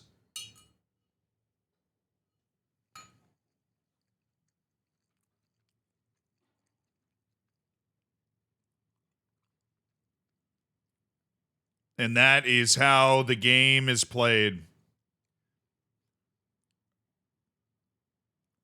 As an into-contract guy, I really don't hate Moises. He reminds me a lot of Marcinho. Edison Restrepo, yes. Alvaro Angulo, yeah. Andres Alvarez, Jader Quinones, Dylan Barrero. It's really just a bunch of notifications of guys whose contracts are expiring. And so that's just a good thing to keep an eye on, I guess.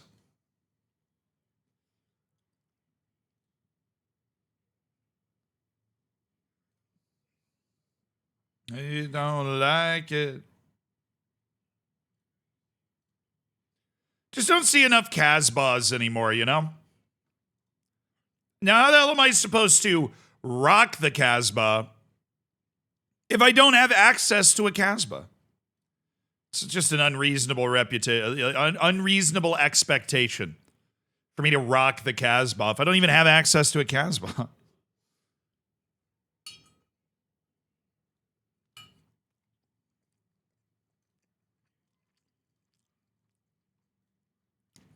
Rock the Cargbo.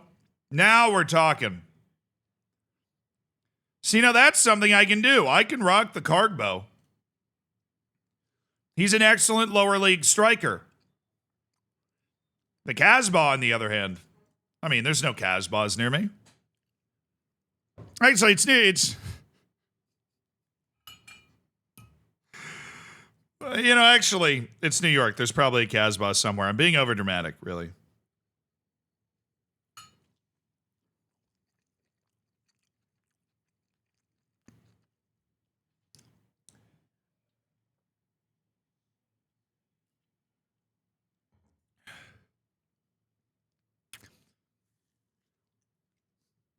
That sounds like you live in a not fun place. I don't know. I live in New York.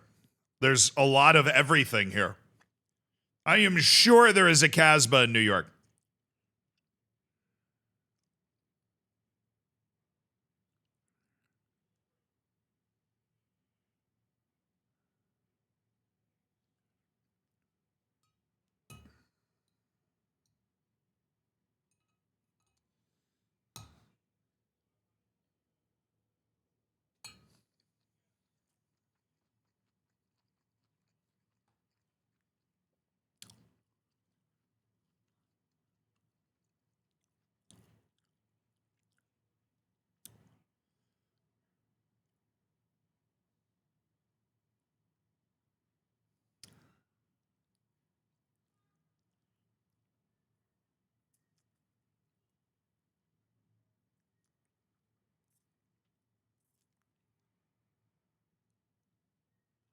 What's a Casbah? Middle Eastern citadel? I don't know. I thought it was like a Middle Eastern market. It's a fortress. So we probably don't have one. The term Casbah is historically flexible. Okay, so this is one of those words that's kind of hard to pin down. It essentially denotes a fortress, commonly a citadel that protects a city or settlement area, or that serves as the administrative city center. So it's basically like the old town city center of Arabic cities. Is what you'd refer to a Casbah now. Because you think of like a citadel as being the old town city center. You know, if you go to an old European city.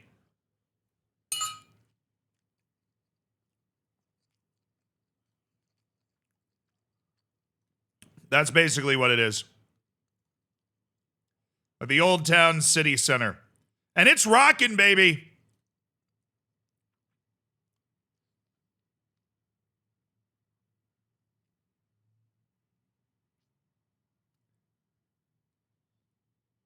What's up, meat lover?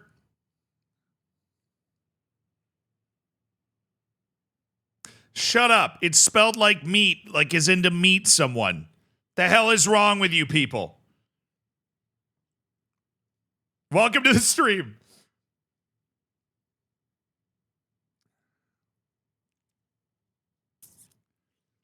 They just love meeting with local cougars in their area. They saw the ads online. That's what they love to do. Meat lover.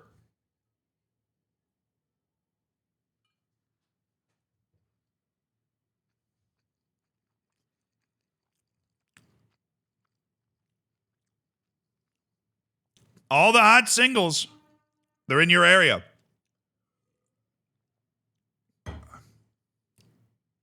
What team is he playing as? Sal Bernardo, but I'm not sure. We'd have to ask him. Club in Brazil.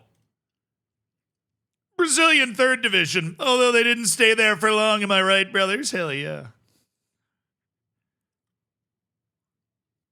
Oh, 10 million. Boo you, man.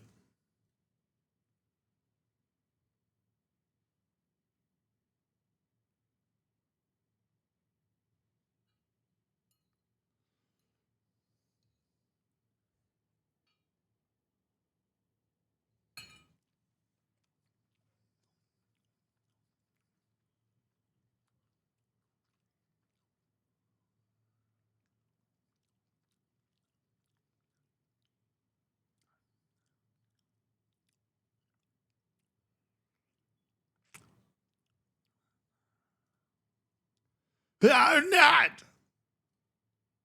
Oh, hello. Good find by David Lukumi. Pedro Ernesto, who's balling out currently with the Corinthians U20s, and we have now found him. He is now on my radar.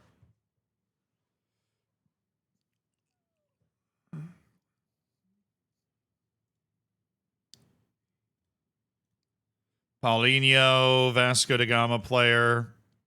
Somebody really, he was a recommendation from somebody there. Nicholas Benedetti.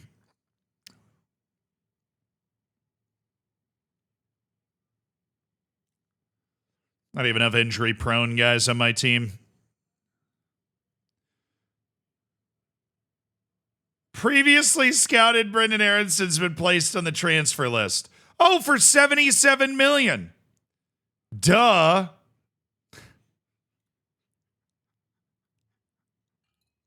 $77 million for Brendan Aronson's pretty nuts.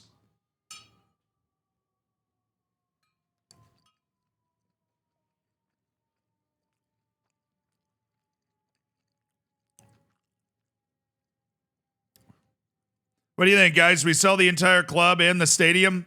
Might be able to sign him.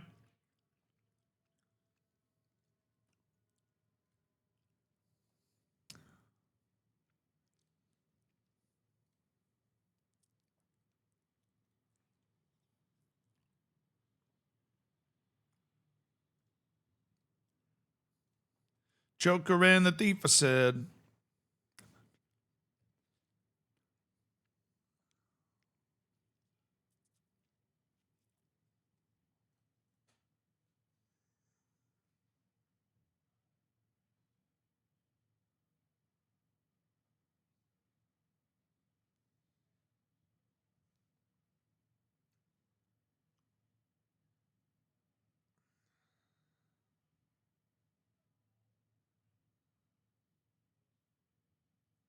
What's the worst injury one of your players has gotten? Probably just a torn cruciate ligament. You know, the old 8 to 10 months.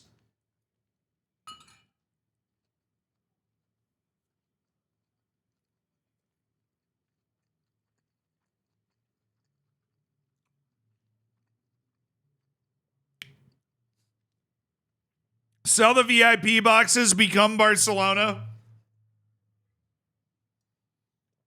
This dude's a genius.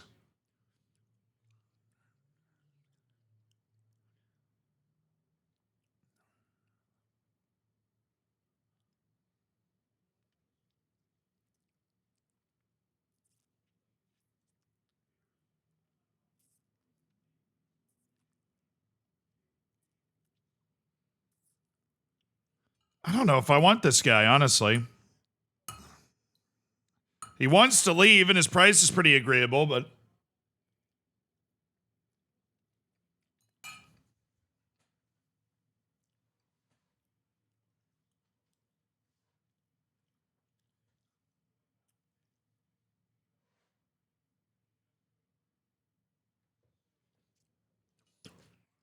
What position are we looking for?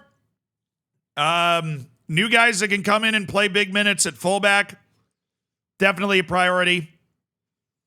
And we are really just looking for broad improvements across the team because we've got a very healthy financial situation. We're just hoping we can find players that can help with that. And we're assuming we're going to end up selling somebody, but we don't really know who. Lucas Fernandez is drawing interest from China again. And Mortaida Saeed might be the big splashy transfer.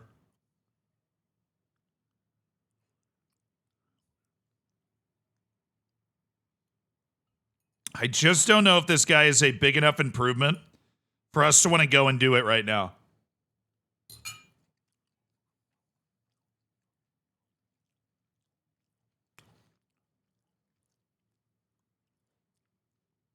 He's not. And then this guy from Vasco da Gama could probably come in and be just as influential as that guy we were just looking at.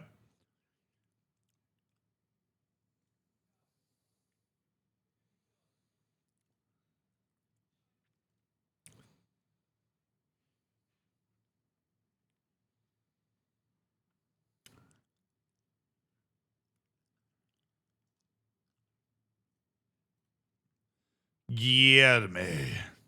Very dribbly boy. Already costing $13 million for him to move domestically, so maybe not. Botafogo.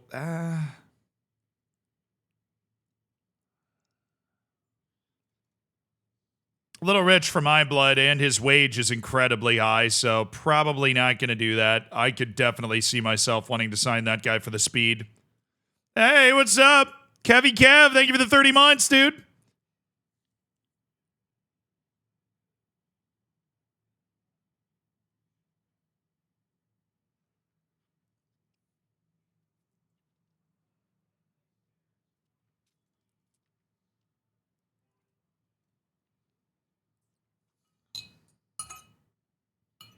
Like, I wouldn't even help our bench. No, I mean, he would. He'd probably be the starter over Marcinho. It's just, do we want to spend half our transfer budget on that?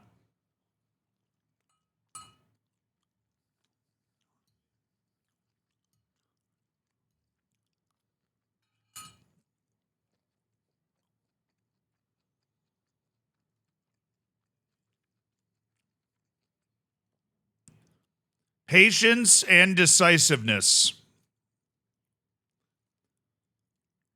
Those are the keys.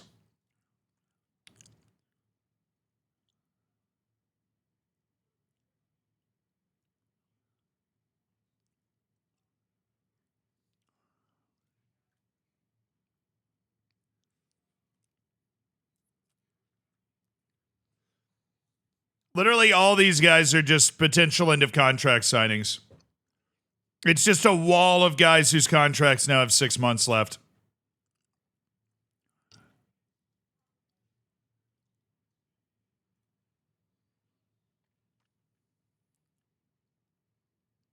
This guy would be a tremendous defensive midfielder for us.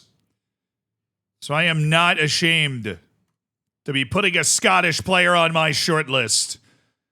Gabriel Mascardo. Now, the reason we're going to do this is because Gabriel Mascardo is a loan possibility. $1.7 million if he's playing on loan. It's a little too high for me. Just a little too high. But it's a lot more reasonable than the $29 million it would take to actually sign him on a transfer. So take the wins where you can get them, I guess.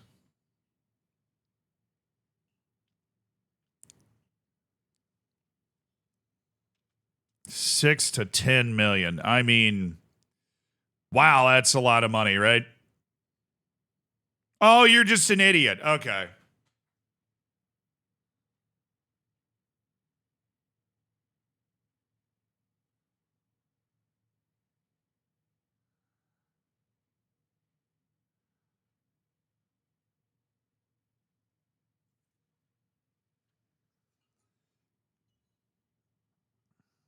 Another Scott to Syria, just the wrong one. True.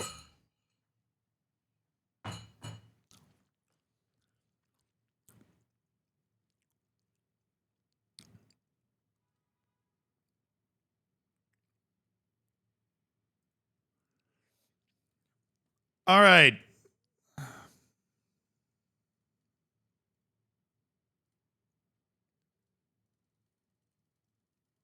Don't make me negotiate at these values.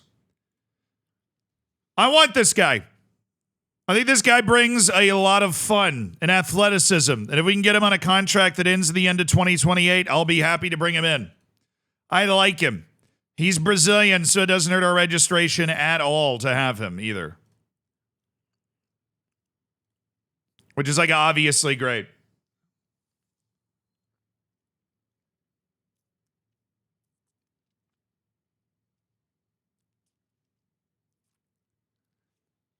Da-dee-da.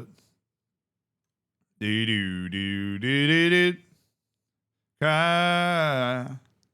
Make a grown man cry.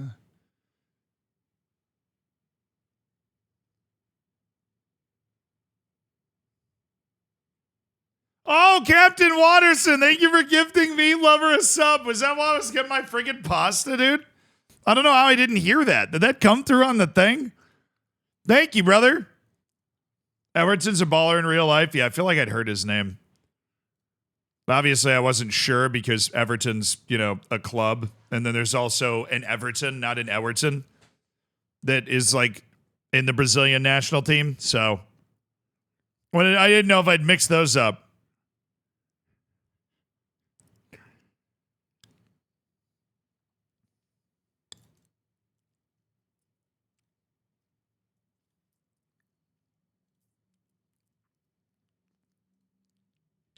Ronnie's there. Thiago Scavulli is there. Okay. Everton finally down to brass tacks negotiating his deal. Would you be okay coming here and just playing a bit? You get to move from the Czech Republic back to Brazil. Oh, that was easy. All right. He joins on July 10th. So we're closing in on the date where he will be able to join us. And we've got a midfielder that's going to join us, too, when that happens. What is this song, dude? What a very bizarre album art as well, and I'd never heard of the artist, and maybe that doxes me, I don't know, but this is while I was sat at my desk playing FM. Well, and I just didn't hear it. I was so locked in. That was my bad, Captain Watterson. Thank you for gifting Meat Lover a sub.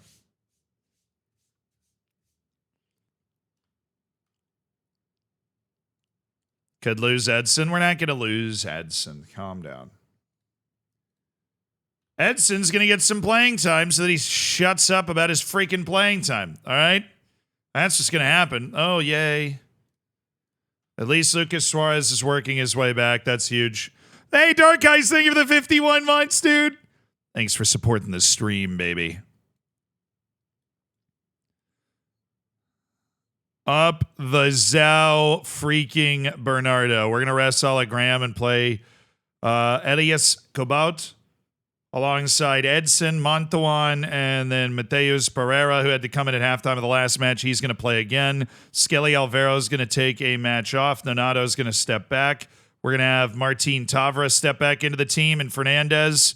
Right back's going to be Kevin Burrow. Left back's going to be Marcinho. So pretty standard operating team, with the notable exception of the fact that I kind of opted out of the striker position in general. Usman Jabong. All right, Allison Santos is there. Glorious. Hey, Botafogo. Welcome to the Brazilian Cup quarterfinal. Are you ready to experience pain and defeat? I hope you are. Because that's that's what you're about to receive, man. Got him. So roasted him. Boom. Roasted.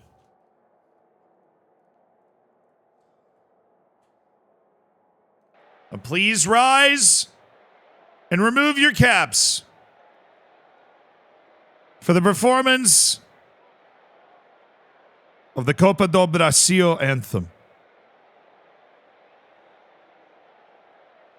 It's the Copa do.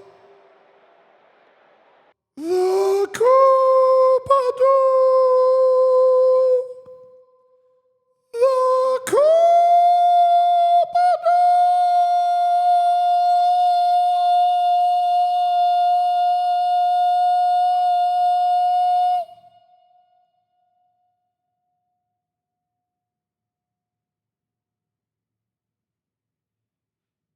You may be seated.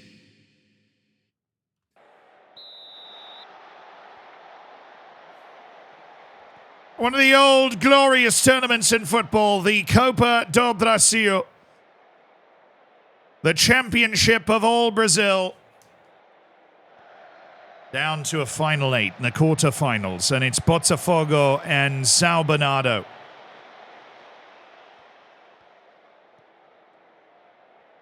The top of the league, Tigers of the ABC, but they've earned just 1 point from their last 2 league matches. Not the best form. Against the only Brazilian club that did not make it out of the Copa Libertadores group stage. A team that has been sputtering and disappointing at times this season, but is still alive in the final 8 of the Copa do Brasil. It's Barreau! Oh.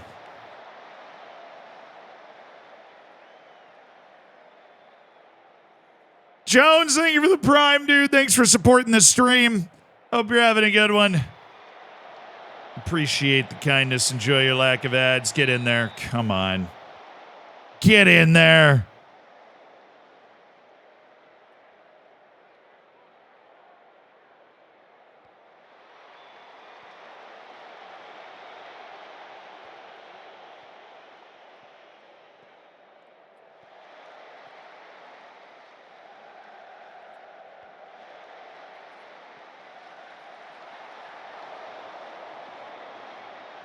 It's 2 legs. No away goals. We're in the first 90 minutes at home, then 3 days later we go to Botafogo. We're playing for like at least $1 million. The prize money is huge for each round.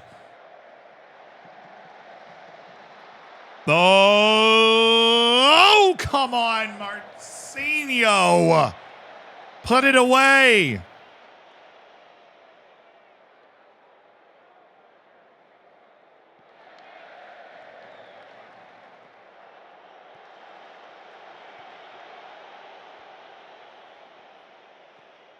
Just gotta be you gotta be present for the tone shift.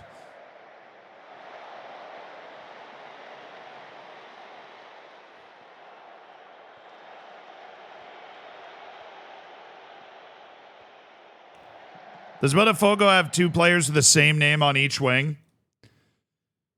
Yep. One's an S with Luis Enrique, and one is a Z with Luis Enrique, so it's really a huge difference. It's insulting you would insinuate they're the same name.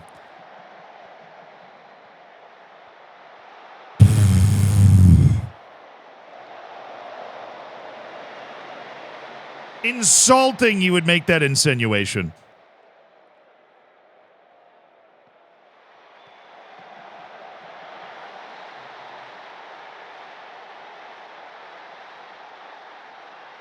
Well, that's not great.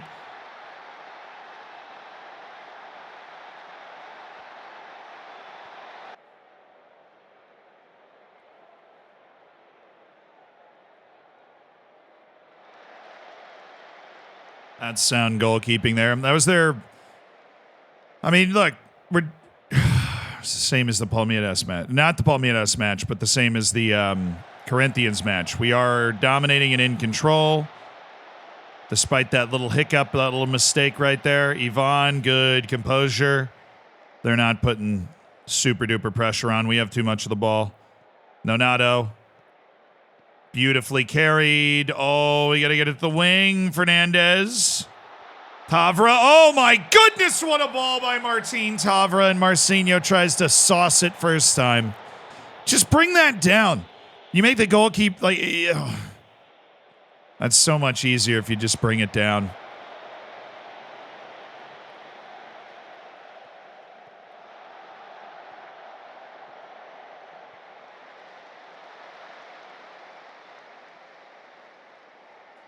Doggy KC, thank you for the prime, dude. Thanks for supporting the stream.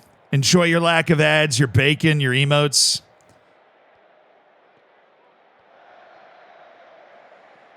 Oh, well done by Nonato. We're okay with Tavra taking that shot. He is an incredible shooter. Oh, what a ball. Oh, what an own goal. Oh, what an own goal.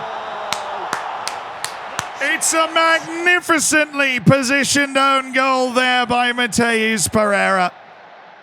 It's a fabulous own goal by Mateus Pereira. The keeper's gone the wrong way. He's guessing the cross. And it's 1-1.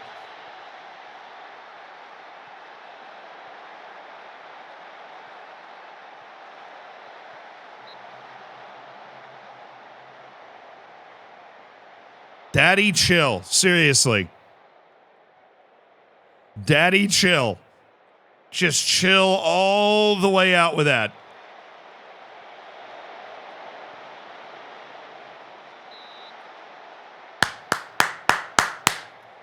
Football! Get stuck in there, lads. Just take care of it. Don't let them get anywhere near you. No, we don't want that either. You got to throw some elbows, scoot your boot around, just jangle them all over the place.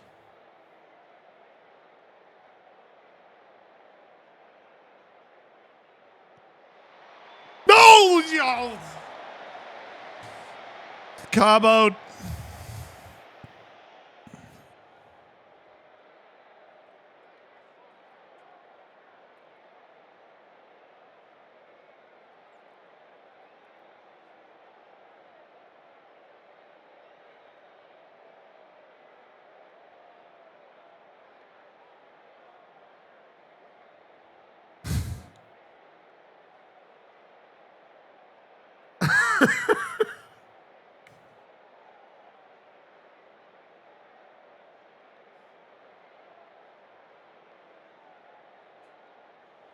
I is the 9th letter of the alphabet. It's an A.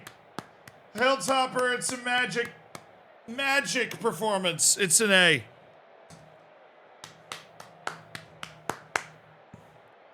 It's an A in your band. I couldn't agree more. It's an A and you are here. You are henceforth banned. Thank you for the 51 months. Ban him.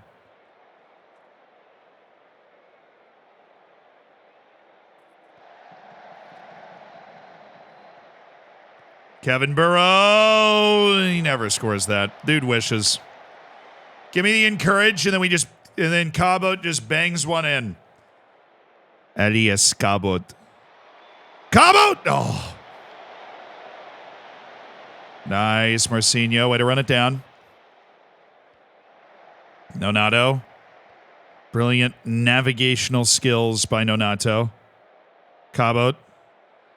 Well done. Edson. Surveying. Kevin Burrow. Thank you for passing. Oh, what a finish by Lucas Fernandez. And the FM Saint has pulled out another one.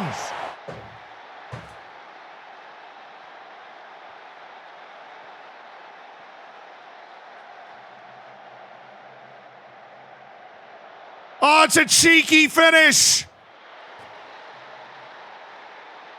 by Lucas Fernandez. He continues to deliver on big stages.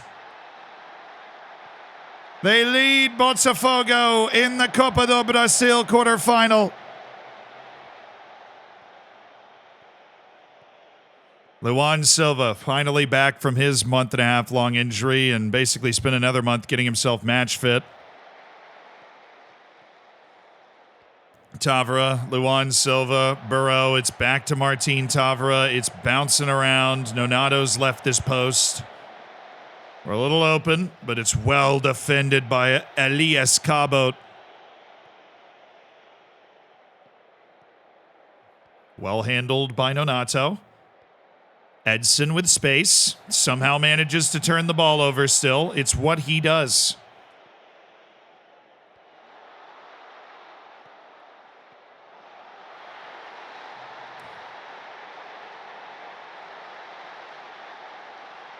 Hey, Edson, if you could stop doing that every time I freaking play you, because you're actually a pretty good player, that would be great.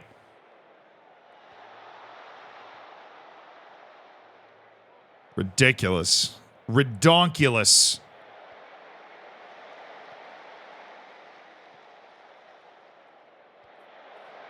Burrow. Well, he's just so offside, it's not even funny. That's amazing. I think he would have scored that anyways. It is amazing he didn't score the first shot, though.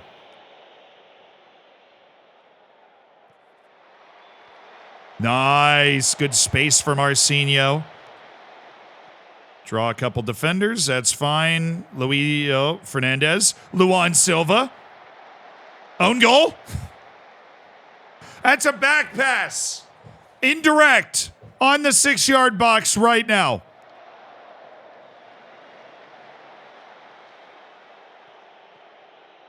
Luan, Marcinho, he's onside. It's Fernandez again. Oh. Subs. We are really short guys that can play striker well.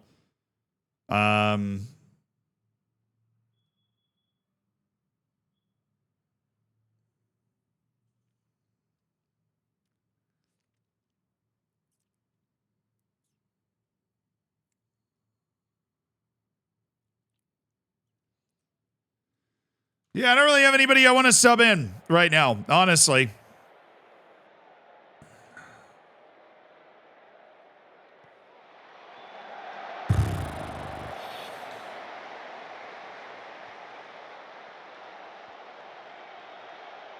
What's up, Jackson? Klaus, thank you for the 13 months.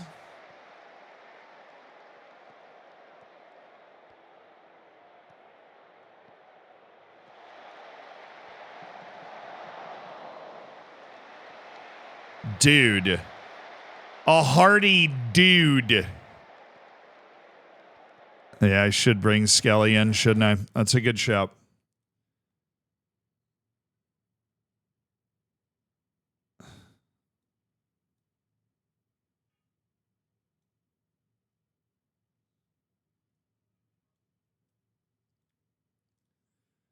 Rodrigo Ferreira, have yourself a game, man.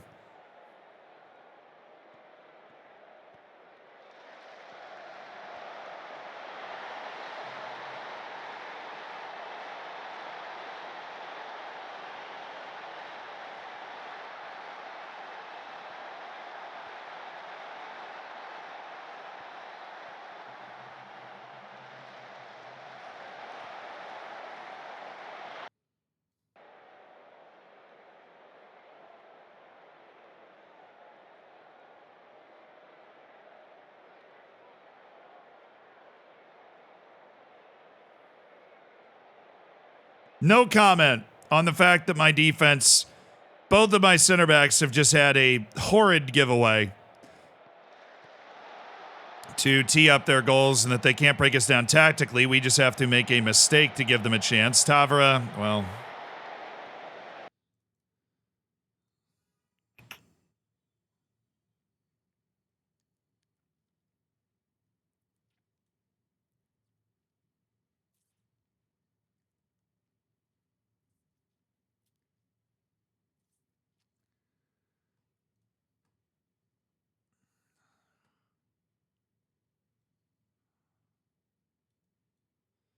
We have to put somebody else's striker. Luan Silva's literally on a 6.2. You just can't leave somebody in a 6.2 out there. Anybody is a better option. Yvonne also has a terrible rating, but at least we have Skelly Alvaro in here for this beautiful set piece.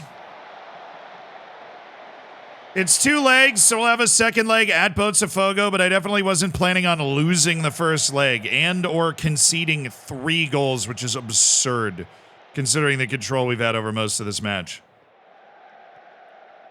Absurd. All right, Basquilia in the place where he can do the most damage. Skelly.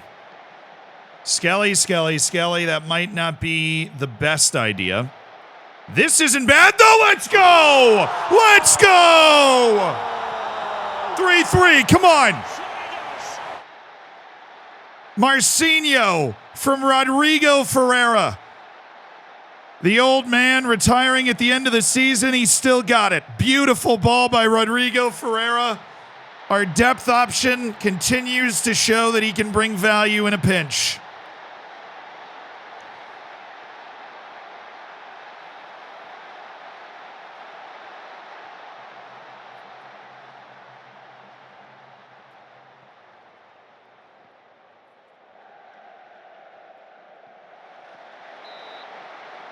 Wow, Artur Enrique, the sub left back, just made an absolutely ridiculous block off the goal line. I don't know what Edson's doing there. I'm going to be very uncomfortable playing Edson. I like his attributes. We've kept him match sharp, but Edson's just given us consecutive bad performances now.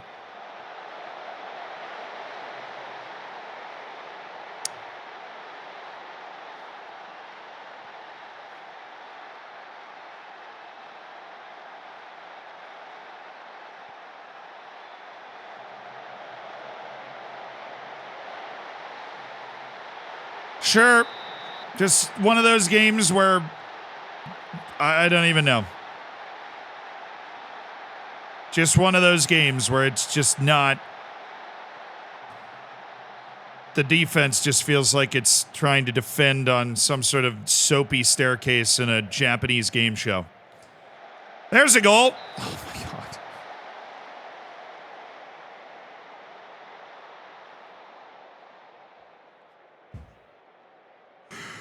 Bro, there is no way. Thank you. It's Skelly Alvaro 4-4 in an absolute shootout. It's the 6'8" set piece nightmare, Skelly Alvaro from our brilliant deliverer, Martin Tavera, who makes it 4-4. And this absurd game continues. And I'm pretty sure that one play they had got them 1.5 XG. That corner play. Edson, if you don't pass, you better pass it to somebody wearing a yellow jersey. That's all I'm going to say. Cabot, you're normally not an issue, but you did give the ball away to cause a goal. All right, now we've got Keiki. Nice little yo-yo. Martin Tavera. I mean, I don't know. Is this probably, yeah, okay. 4-4 in the first leg. Well, you know what? Forget about that one. We're going to go to their place in a couple of days, and hopefully we can bring the goods. Victoria and Palmeiras is 2-2. Goiás is up 3-0 on Sampaio, and Flamenco leads Sao Paulo by 3. Hello. All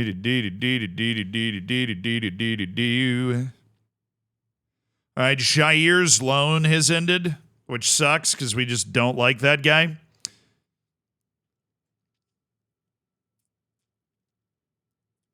Wow, Conscience, that's a lot of bacon. And we made more money. It is what it is. You know, all we do is just make more money.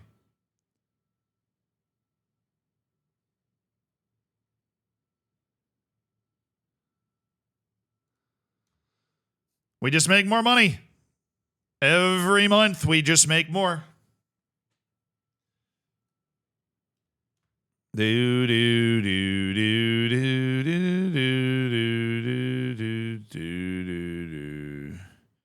No longer following Tyson. Thank you.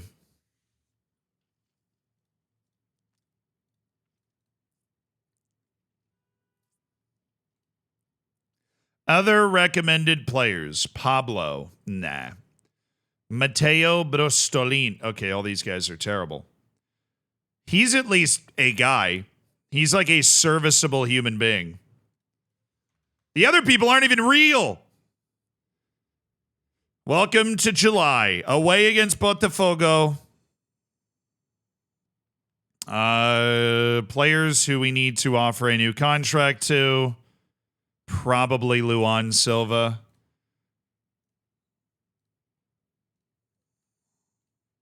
I mean, I thought you loved it here, Luan.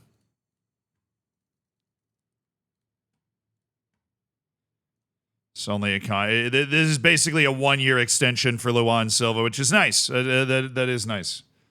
These guys have significant potential. I am not going to do that. I will keep you a loan promise. Sure.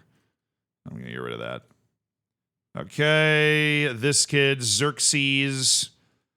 Like my third favorite Persian emperor. But, you know, beggars can't be choosers. Only third favorite. There. Do.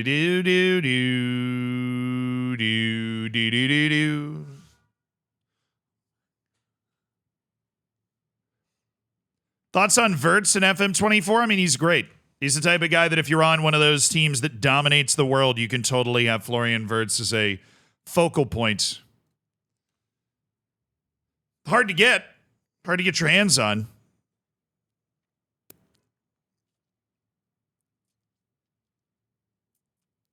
So, okay, I got depressed, so I'm back. It happens. Rust wants to stay. Rust, you say? Quick Rust tournament, guys? Dan, thank you for the 27 months.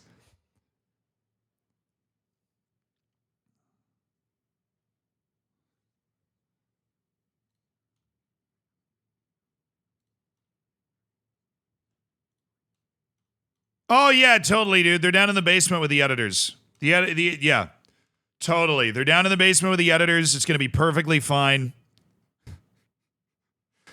They're being looked after. They're being taken care of. No worries.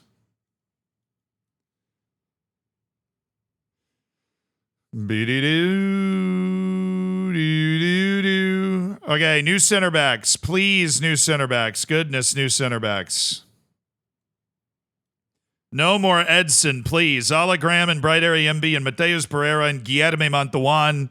Who the hell knows how Guilherme Montawan's hanging around? We'll actually start Arthur Enrique. I really value having those fresh legs in the field. Keiki, Burrow, Luan Silva, who is good to go because we've got Saeed on vacation because of fatigue accumulation. We figured we'd be able to handle this quarterfinal without him. We are going to find out in the away leg after a truly ridiculous 4-4 at home. And, you know, we trust our squad. We trust our squad to get this done. We trust our squad. We do. At Botafogo, they have not had a good year. They've been struggling. They were 14th the last time we saw them in the league. That was a weird 4-4. We haven't given up 4 goals all year in a match. It was a very bizarre match, and we had our 2 backup center backs in. Now we're going to bring the heat.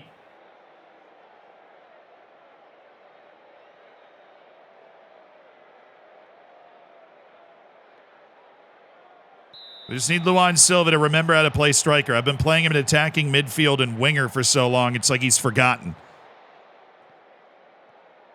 But Salas is out with the flu, and Saeed's on a week-long vacay. Would love a vintage showing from Wesley Nathan as the attacking midfielder as well. But we do have Fernandez and Tavra that we can go to if things get hairy.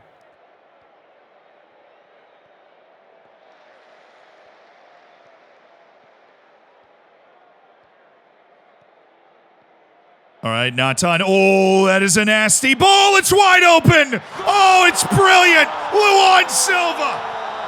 It's a gorgeous goal for Zalbanato. And they've started the second leg of this quarterfinal in style. Absolutely sensational. Natan Barrow Silva.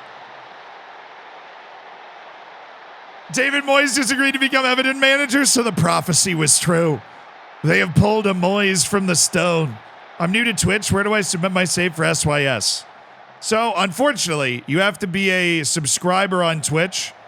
People that are subscribed on Twitch have access to a different part of the Discord server, and it is in that part that Save Your Saves submissions are put in.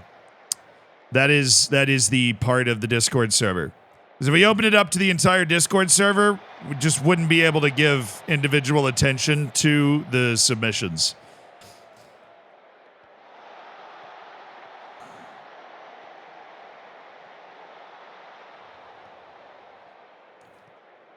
Nice, Arthur Enrique. I continue to be rewarded for trusting the old heads. Ferreira, Natan, Luan Silva, Mantuan. They've got the right stuff, man. You got to trust your eyes. Look at that. Sharp pass by Mantuan. Natan gets out of a crowd. Arthur Enrique keeps it moving. It's really impressive. Kevin Burrow. What a cutback. Oh, that would have been perfect if Mantuan smashed that one home. Good scramble defending by Botafogo to keep it a 1-goal lead for Zal Bernardo.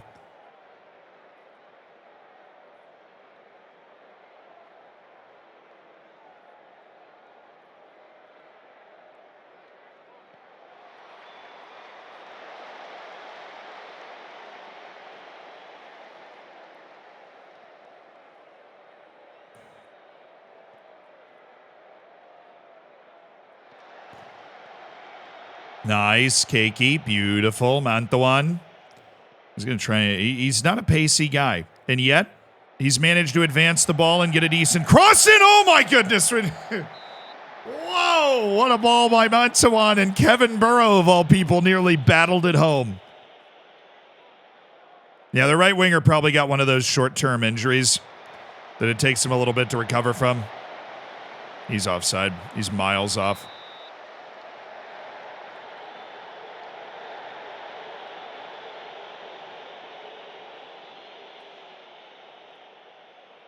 Skelly, near post. Artur Enrique. Oh, I don't mind him having that. He's left-footed. He can just step into that. Skelly Alvaro. Lovely number 6 play there. Natan. All right. All right. Keep the pressure on. Keep the pressure on. I want to bury him in this first half before they can get to the locker room and make some changes. Skelly. They're doing a good job of keeping Skelly out of it.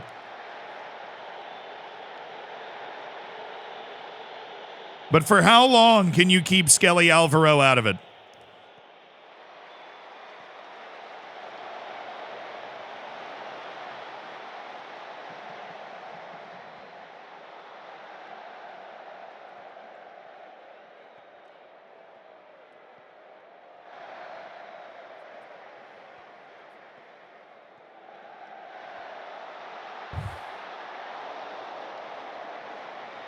Oh, Natan. Definitely feeling it today, though. We're getting a good Wesley Natan game.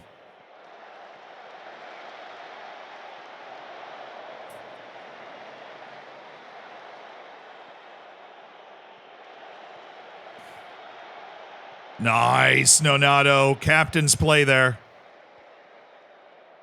Keiki. Skelly Alvaro. Oh, there you go. Keiki gets Natan in there. Luan Silva.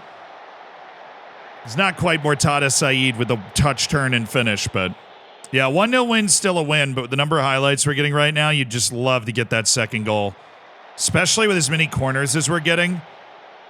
I mean, we've got Skelly Alvaro, for crying out loud. If we get like over 5 corners in a match, I'm expecting a goal.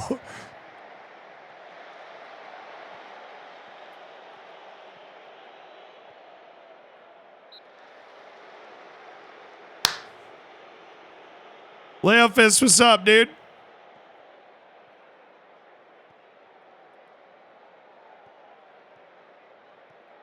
Oh, come on now. Come on now, brother.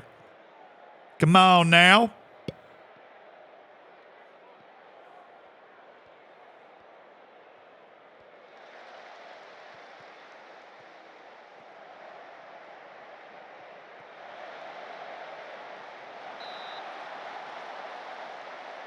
That's why you need to take advantage of this kind of match control that we have had.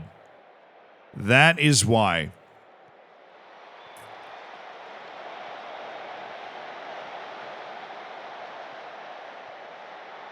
How am I doing? Kind of on pins and needles right now, brother. I'm not going to lie. Only have a 1-goal lead in the second leg of the Copa do Brasil quarterfinal. So it's a little dicey. Thank you. Play him. Wrong him. Keiki. Yes. Mantawan.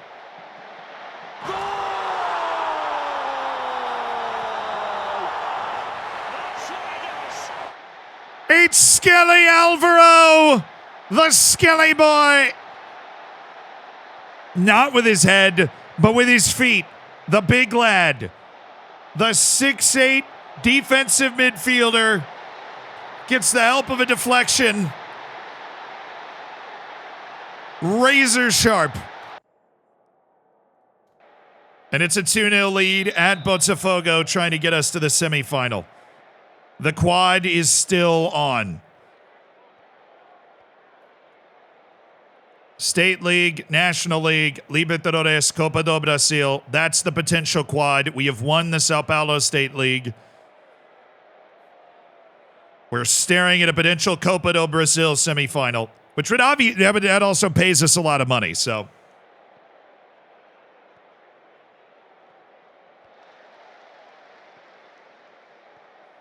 don't know if our defense is impregnable. It's definitely given up one or two chances I would like us to not give up. But yeah, a lot of the stadiums in Brazil are massive. Botafogo's no different. Takes the team a little while to get comfortable playing in these types of venues. We struggled on the road for a little while.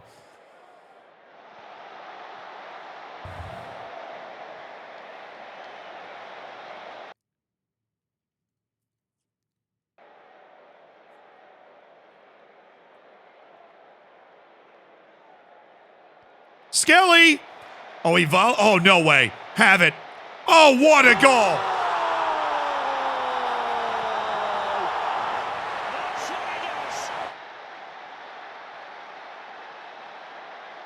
Straight off the training ground. It's Alvaro to Natan. Gives Burrow a lot of time and space, and he rips it into the back of the net. That's what I'm freaking talking about, dude. That's what I'm talking about. That is a gorgeous goal. Anybody tired? Kevin Burrow's tired. We'll get him for Pedrinho. I know he just scored, but we'll get him for Pedrinho. And Keiki we'll get for Basquilia. And Nonato, I know, is going to get tired, so we're going to bring him in as... He's a better defender. Bring him in as the playmaker. We got the 3-goal lead on the road here. Those are 3 players that I trust to give me quality. Just played a lot of matches in quick succession here in these 2 matches. High-intensity matches in 3 days, both legs of the quarterfinal. So want to make sure we're getting the guys the rest that they need. And then I'm thinking Rodrigo Ferreira. And we'll grab Skelly, who had an immense game.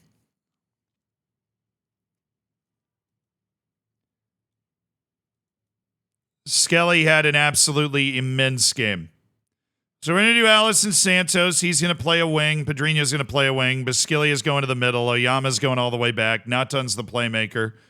Rodrigo Ferreira comes in at the fullback position for the final 10 minutes. We just want to rest Alvaro and Mantuan. We'll want them to play in the next match. Oh, this is what we wanted. Just a little dose of comfort in this tie with Botafogo. The home leg was a nightmare, but the road leg has been perfection.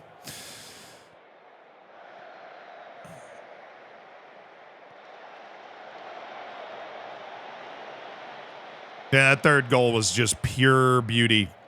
It was Bogo Jonito, brother. He was off. He was off. The only way you beat this defense like that is if you're offside. Everybody knows it.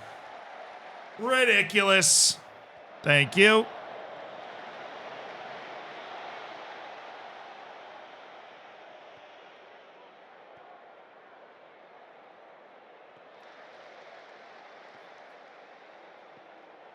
The stadium holds 70,000 for concerts. Taylor Swift was loving that. Yes. Yes, sir. Semifinals of the Copa do Brasil, 7-4 on aggregate over Botafogo. Yeah, that's another very nice paycheck right into the club coffers for that result.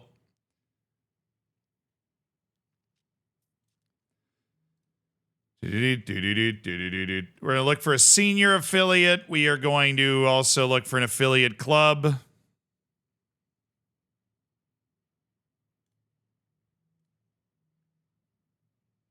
After further consideration, they said, yeah, go for it. So I get to choose a club.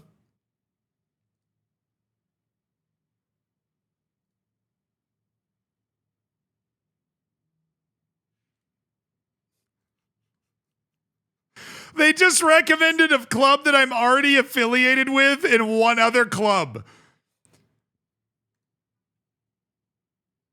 Well, then I guess I'm going to choose the one that I'm not already affiliated with. That sounds like a good idea. Sounds like it would be a bit of a waste of time if we just re-affiliated with the same club. Like, I'm just making sure that I understand exactly what you were talking about here. It just feels like it would be a little bit of a waste of time to do that, so I'm just not going to do that. We're going to do the other club. Thank you so much for letting me choose the club we get to be affiliated with. That means a lot. All right, what do you know? We have 2 matches every week. Every freaking week, Mortada Saeed is back.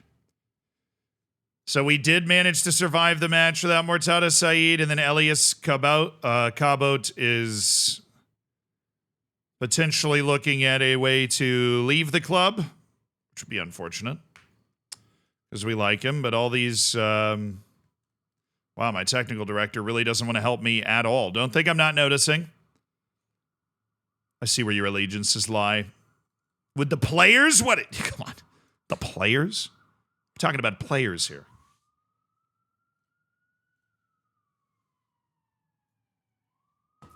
See, I just disagree with this. I feel like his playing time has been... It is literally at the Impact sub level.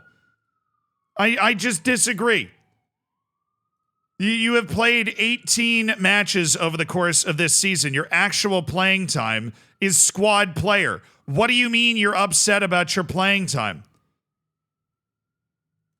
I'll try to give you a bit more playing time, but now I have 4 different playing time promises going on for center backs, which is just weird. And now I have Luis Oyama. Since when are all these guys... Do you realize how good our team is? Are you not happy with this? Okay, we're going to be able to defuse this one. Except apparently not. I've now taken him down to fringe play. What do you mean his actual playing time is fringe player? He's made 23 appearances this season. What do you mean? God, it's so broken, dude. It's so broken. It's literally 100 or 0. And if you're 0.25% on the wrong side of the line, then it's just 100%. I'm furious about my playing time. It's so illogical. Because there's no way, like, if you make 23 appearances that you're coming in here when you're an Impact sub and you're like, yeah, I'm not playing enough. I feel like I should be playing in more matches. We now have 5 playing time promises going. Which is just getting it's just getting a little high. That is a little higher than I would like that to be. 25 playing time promises.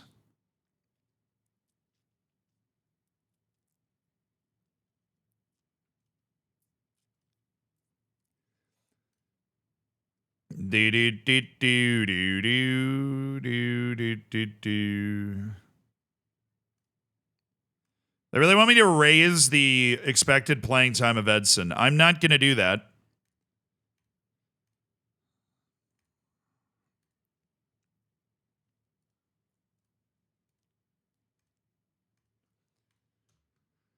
Hi, Skelly. You've played very, very well, Skelly Alvaro. Okay. Oh, we actually got... So Edson got a new deal. Luan Silva signed his new deal. He's happy. We actually got Nathan. I'm going to delay that deal. We're going to delay it twice. Pedrinho tweaked his groin. He's out a week. Couple of matches. Ow.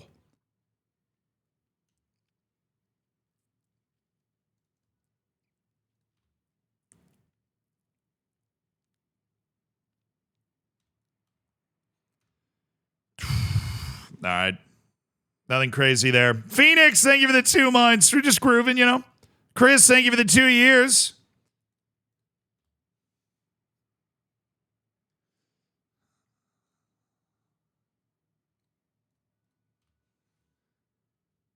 Thank you, brother. Congrats on your diamond bacon. A statement piece with any wardrobe.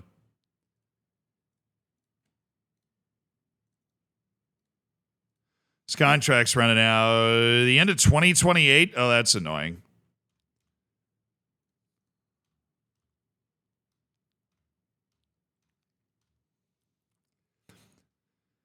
All right, I'll take the Turkish team offering me a deal. Then you have to give me the same deal. With no selling team salary contribution, and then Jair is all yours, dude. All yours. Well, that's unfortunate. Marcos Roberto's made a move to Liverpool right at the start of the window, so You know, I don't think we're going to be able to do... Oh, he has first team commitments to the club. Oh, he's instantly a squad player at Liverpool. Right. Okay. Well, enjoy. Enjoy your time there. By all means, dude. Enjoy your time. Guess we're not going to be signing that guy.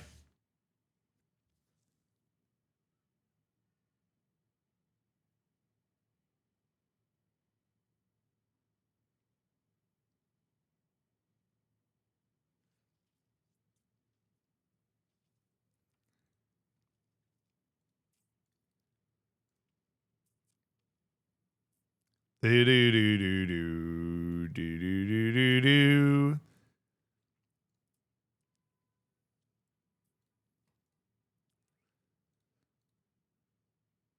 They withdrew their bid. That's fine.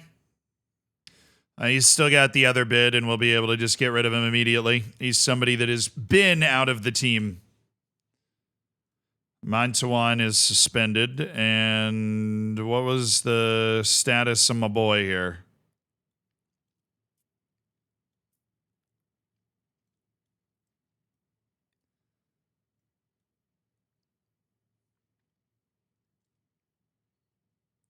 Lucas Suarez, he's fully cleared. Well, then we'll just go ahead and pop him into the team and let him get going.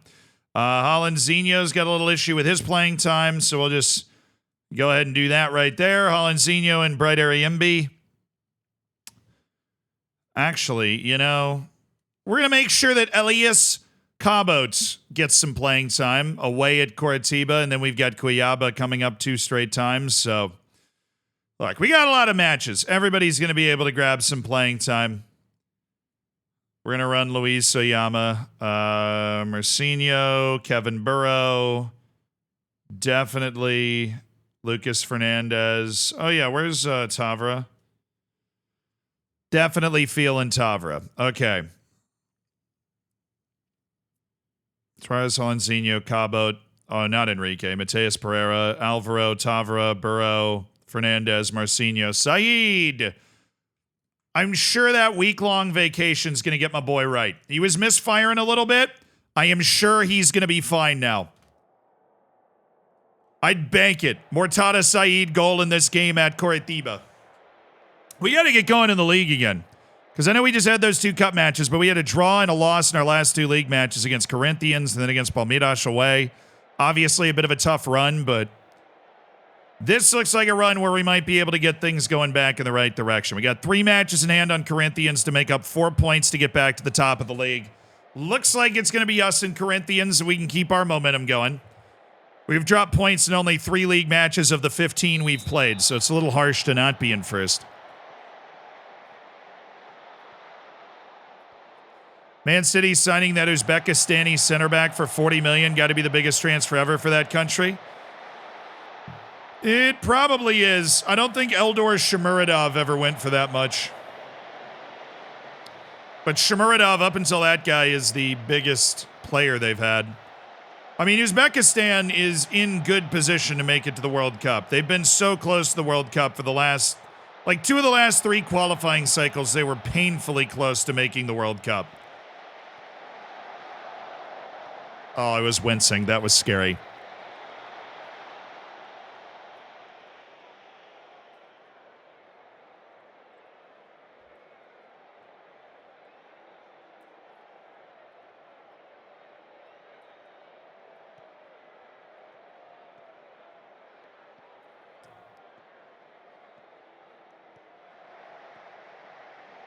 Oh, Tavra's already injured? What the...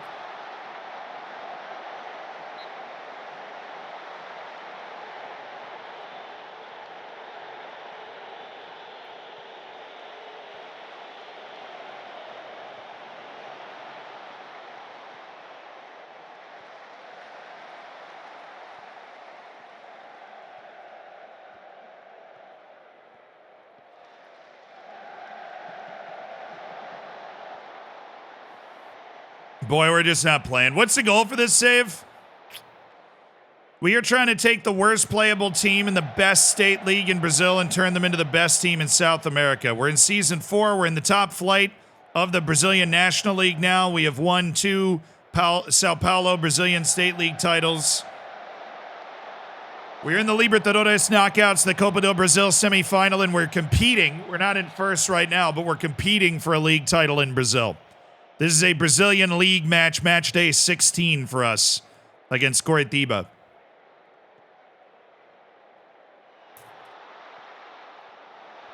And we are not really sharp right now.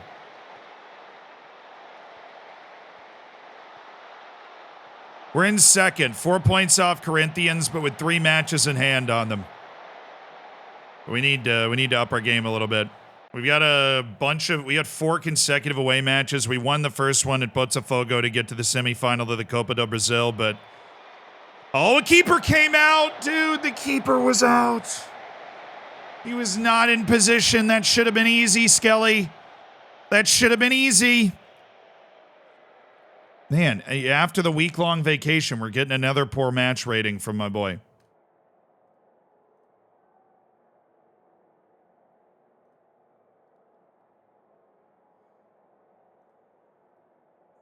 Come on, guys. Marcinho, Saeed, you've been 2 of the biggest players for us this year. Oh, I needed to get Tavra off. I'm not going to risk it. I needed to get Tavra off. We'll go Luis Yama. We can't make a Tavra injury worse. We've got so many fixtures. Every game he misses is going to be a huge deal. We just need to get him off.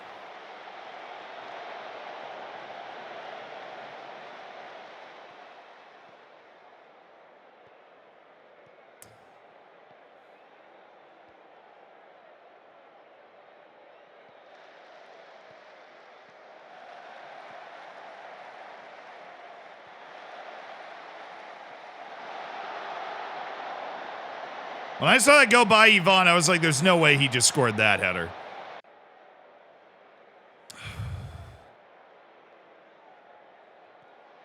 Skelly. They got 3 guys around him. Marcinho! It's Marcinho! The veteran who was out of the game. He continues to prove that he was unjustly overlooked. Marcinho, fabulously done.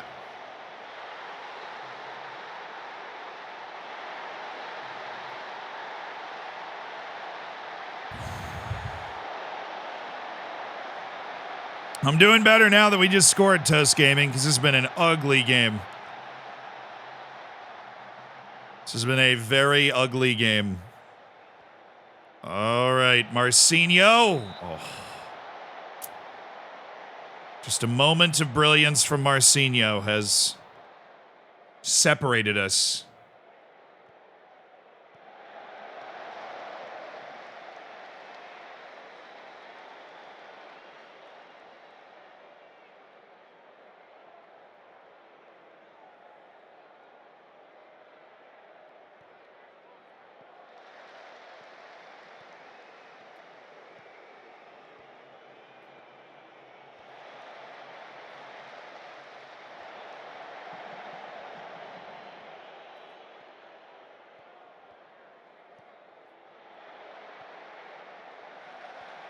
Oh, no, that's not it. Okay.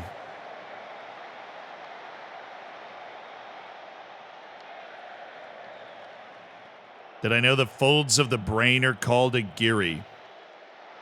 No, what a... Wait, did you see that, dummy?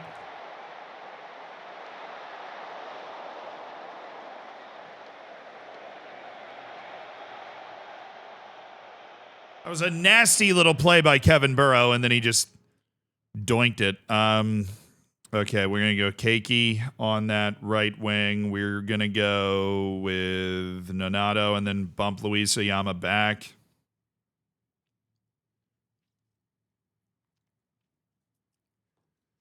Suarez is coming out. First game back from injury. He has not been inspiring, and Rodrigo Ferreira somehow, some way, continues to be a decent, sound player when we give him like 20 minutes at the end of a match.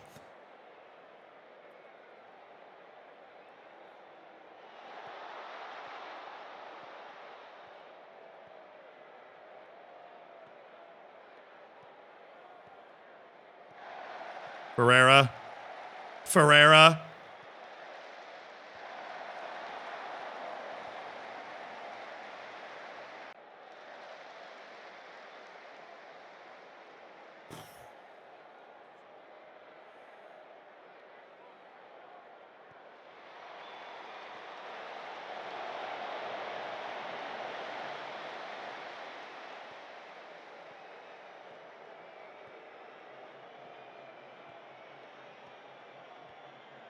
Now we've recovered.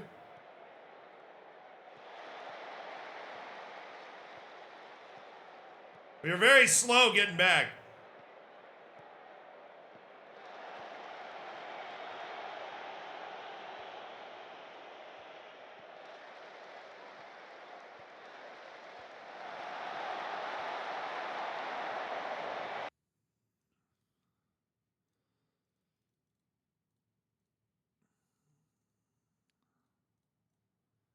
We are lucky that he missed that. It is time for us to just get out of here with a win.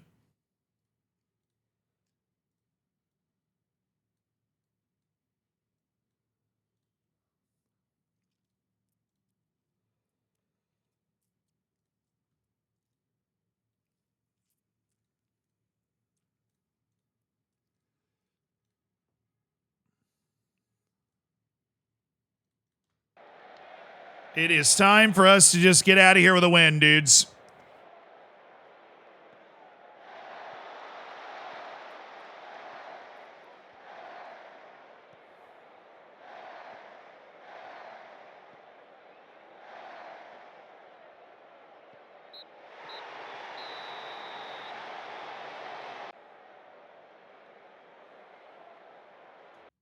Nice, nice. Well done. Good win, guys.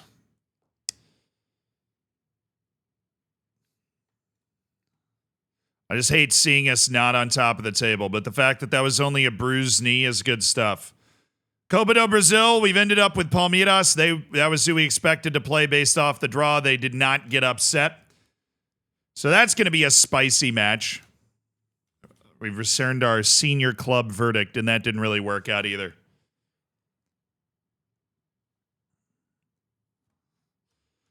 All right, on the bright side, we have found a deal for Jair. He's on the way out.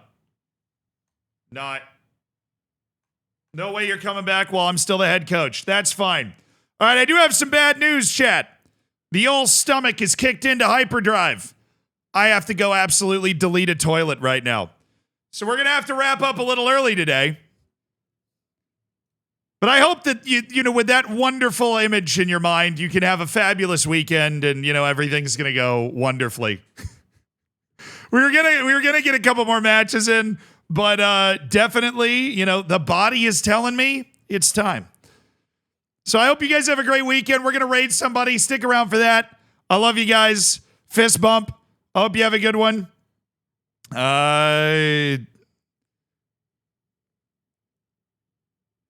Hey, Squash. The mods are the only reason this is a wonderful place to hang out. I don't know what you guys were getting into because I was into the game, but no, the mods are backed up by yours truly. So I don't know what was going on, but they were definitely doing the right thing. I would just relax and take a deep breath, and it's fine. But thank you guys for hanging out today. I had a wonderful time. Chat nonsense. I'm really enjoying the save, and I really need to find somebody to raid. How about this guy? Yep, that works for me. All right, guys. I'll see you on Monday. Hope you have a good one. Bye, guys. Good copy, Pasta. Oh, no. He has followers only. God, the last followers only raid sucked so hard. What is the point? Never do followers only, chat. There is basically no... There are very, very limited situations where you'd want to do that. And... dude, why do so many people have it? Why do you not want to let people just come into your chat and chat? Why do you feel like you have to hold them hostage to follow you? Found somebody else. All right, I got it. We got it. I figured out the raid. We found somebody who doesn't have followers only chat on that we can go in and say hey to right away. I hope you guys enjoy the raid. Good copy, Pasta selected. Sorry for the brief delay. Because people troll, well then you learn how to mod, and so you can yeet people out of the chat right away. But, I mean, if people wanted to troll, then they could just follow you and troll. It's really just, you're trying to hold people hostage to follow you. And what you really want, if you're streaming, especially when you're starting out, is for people to come in and interact with you. Followers only is a huge barrier to that. Just my 2 cents. Have a good one. I gotta go. Bye.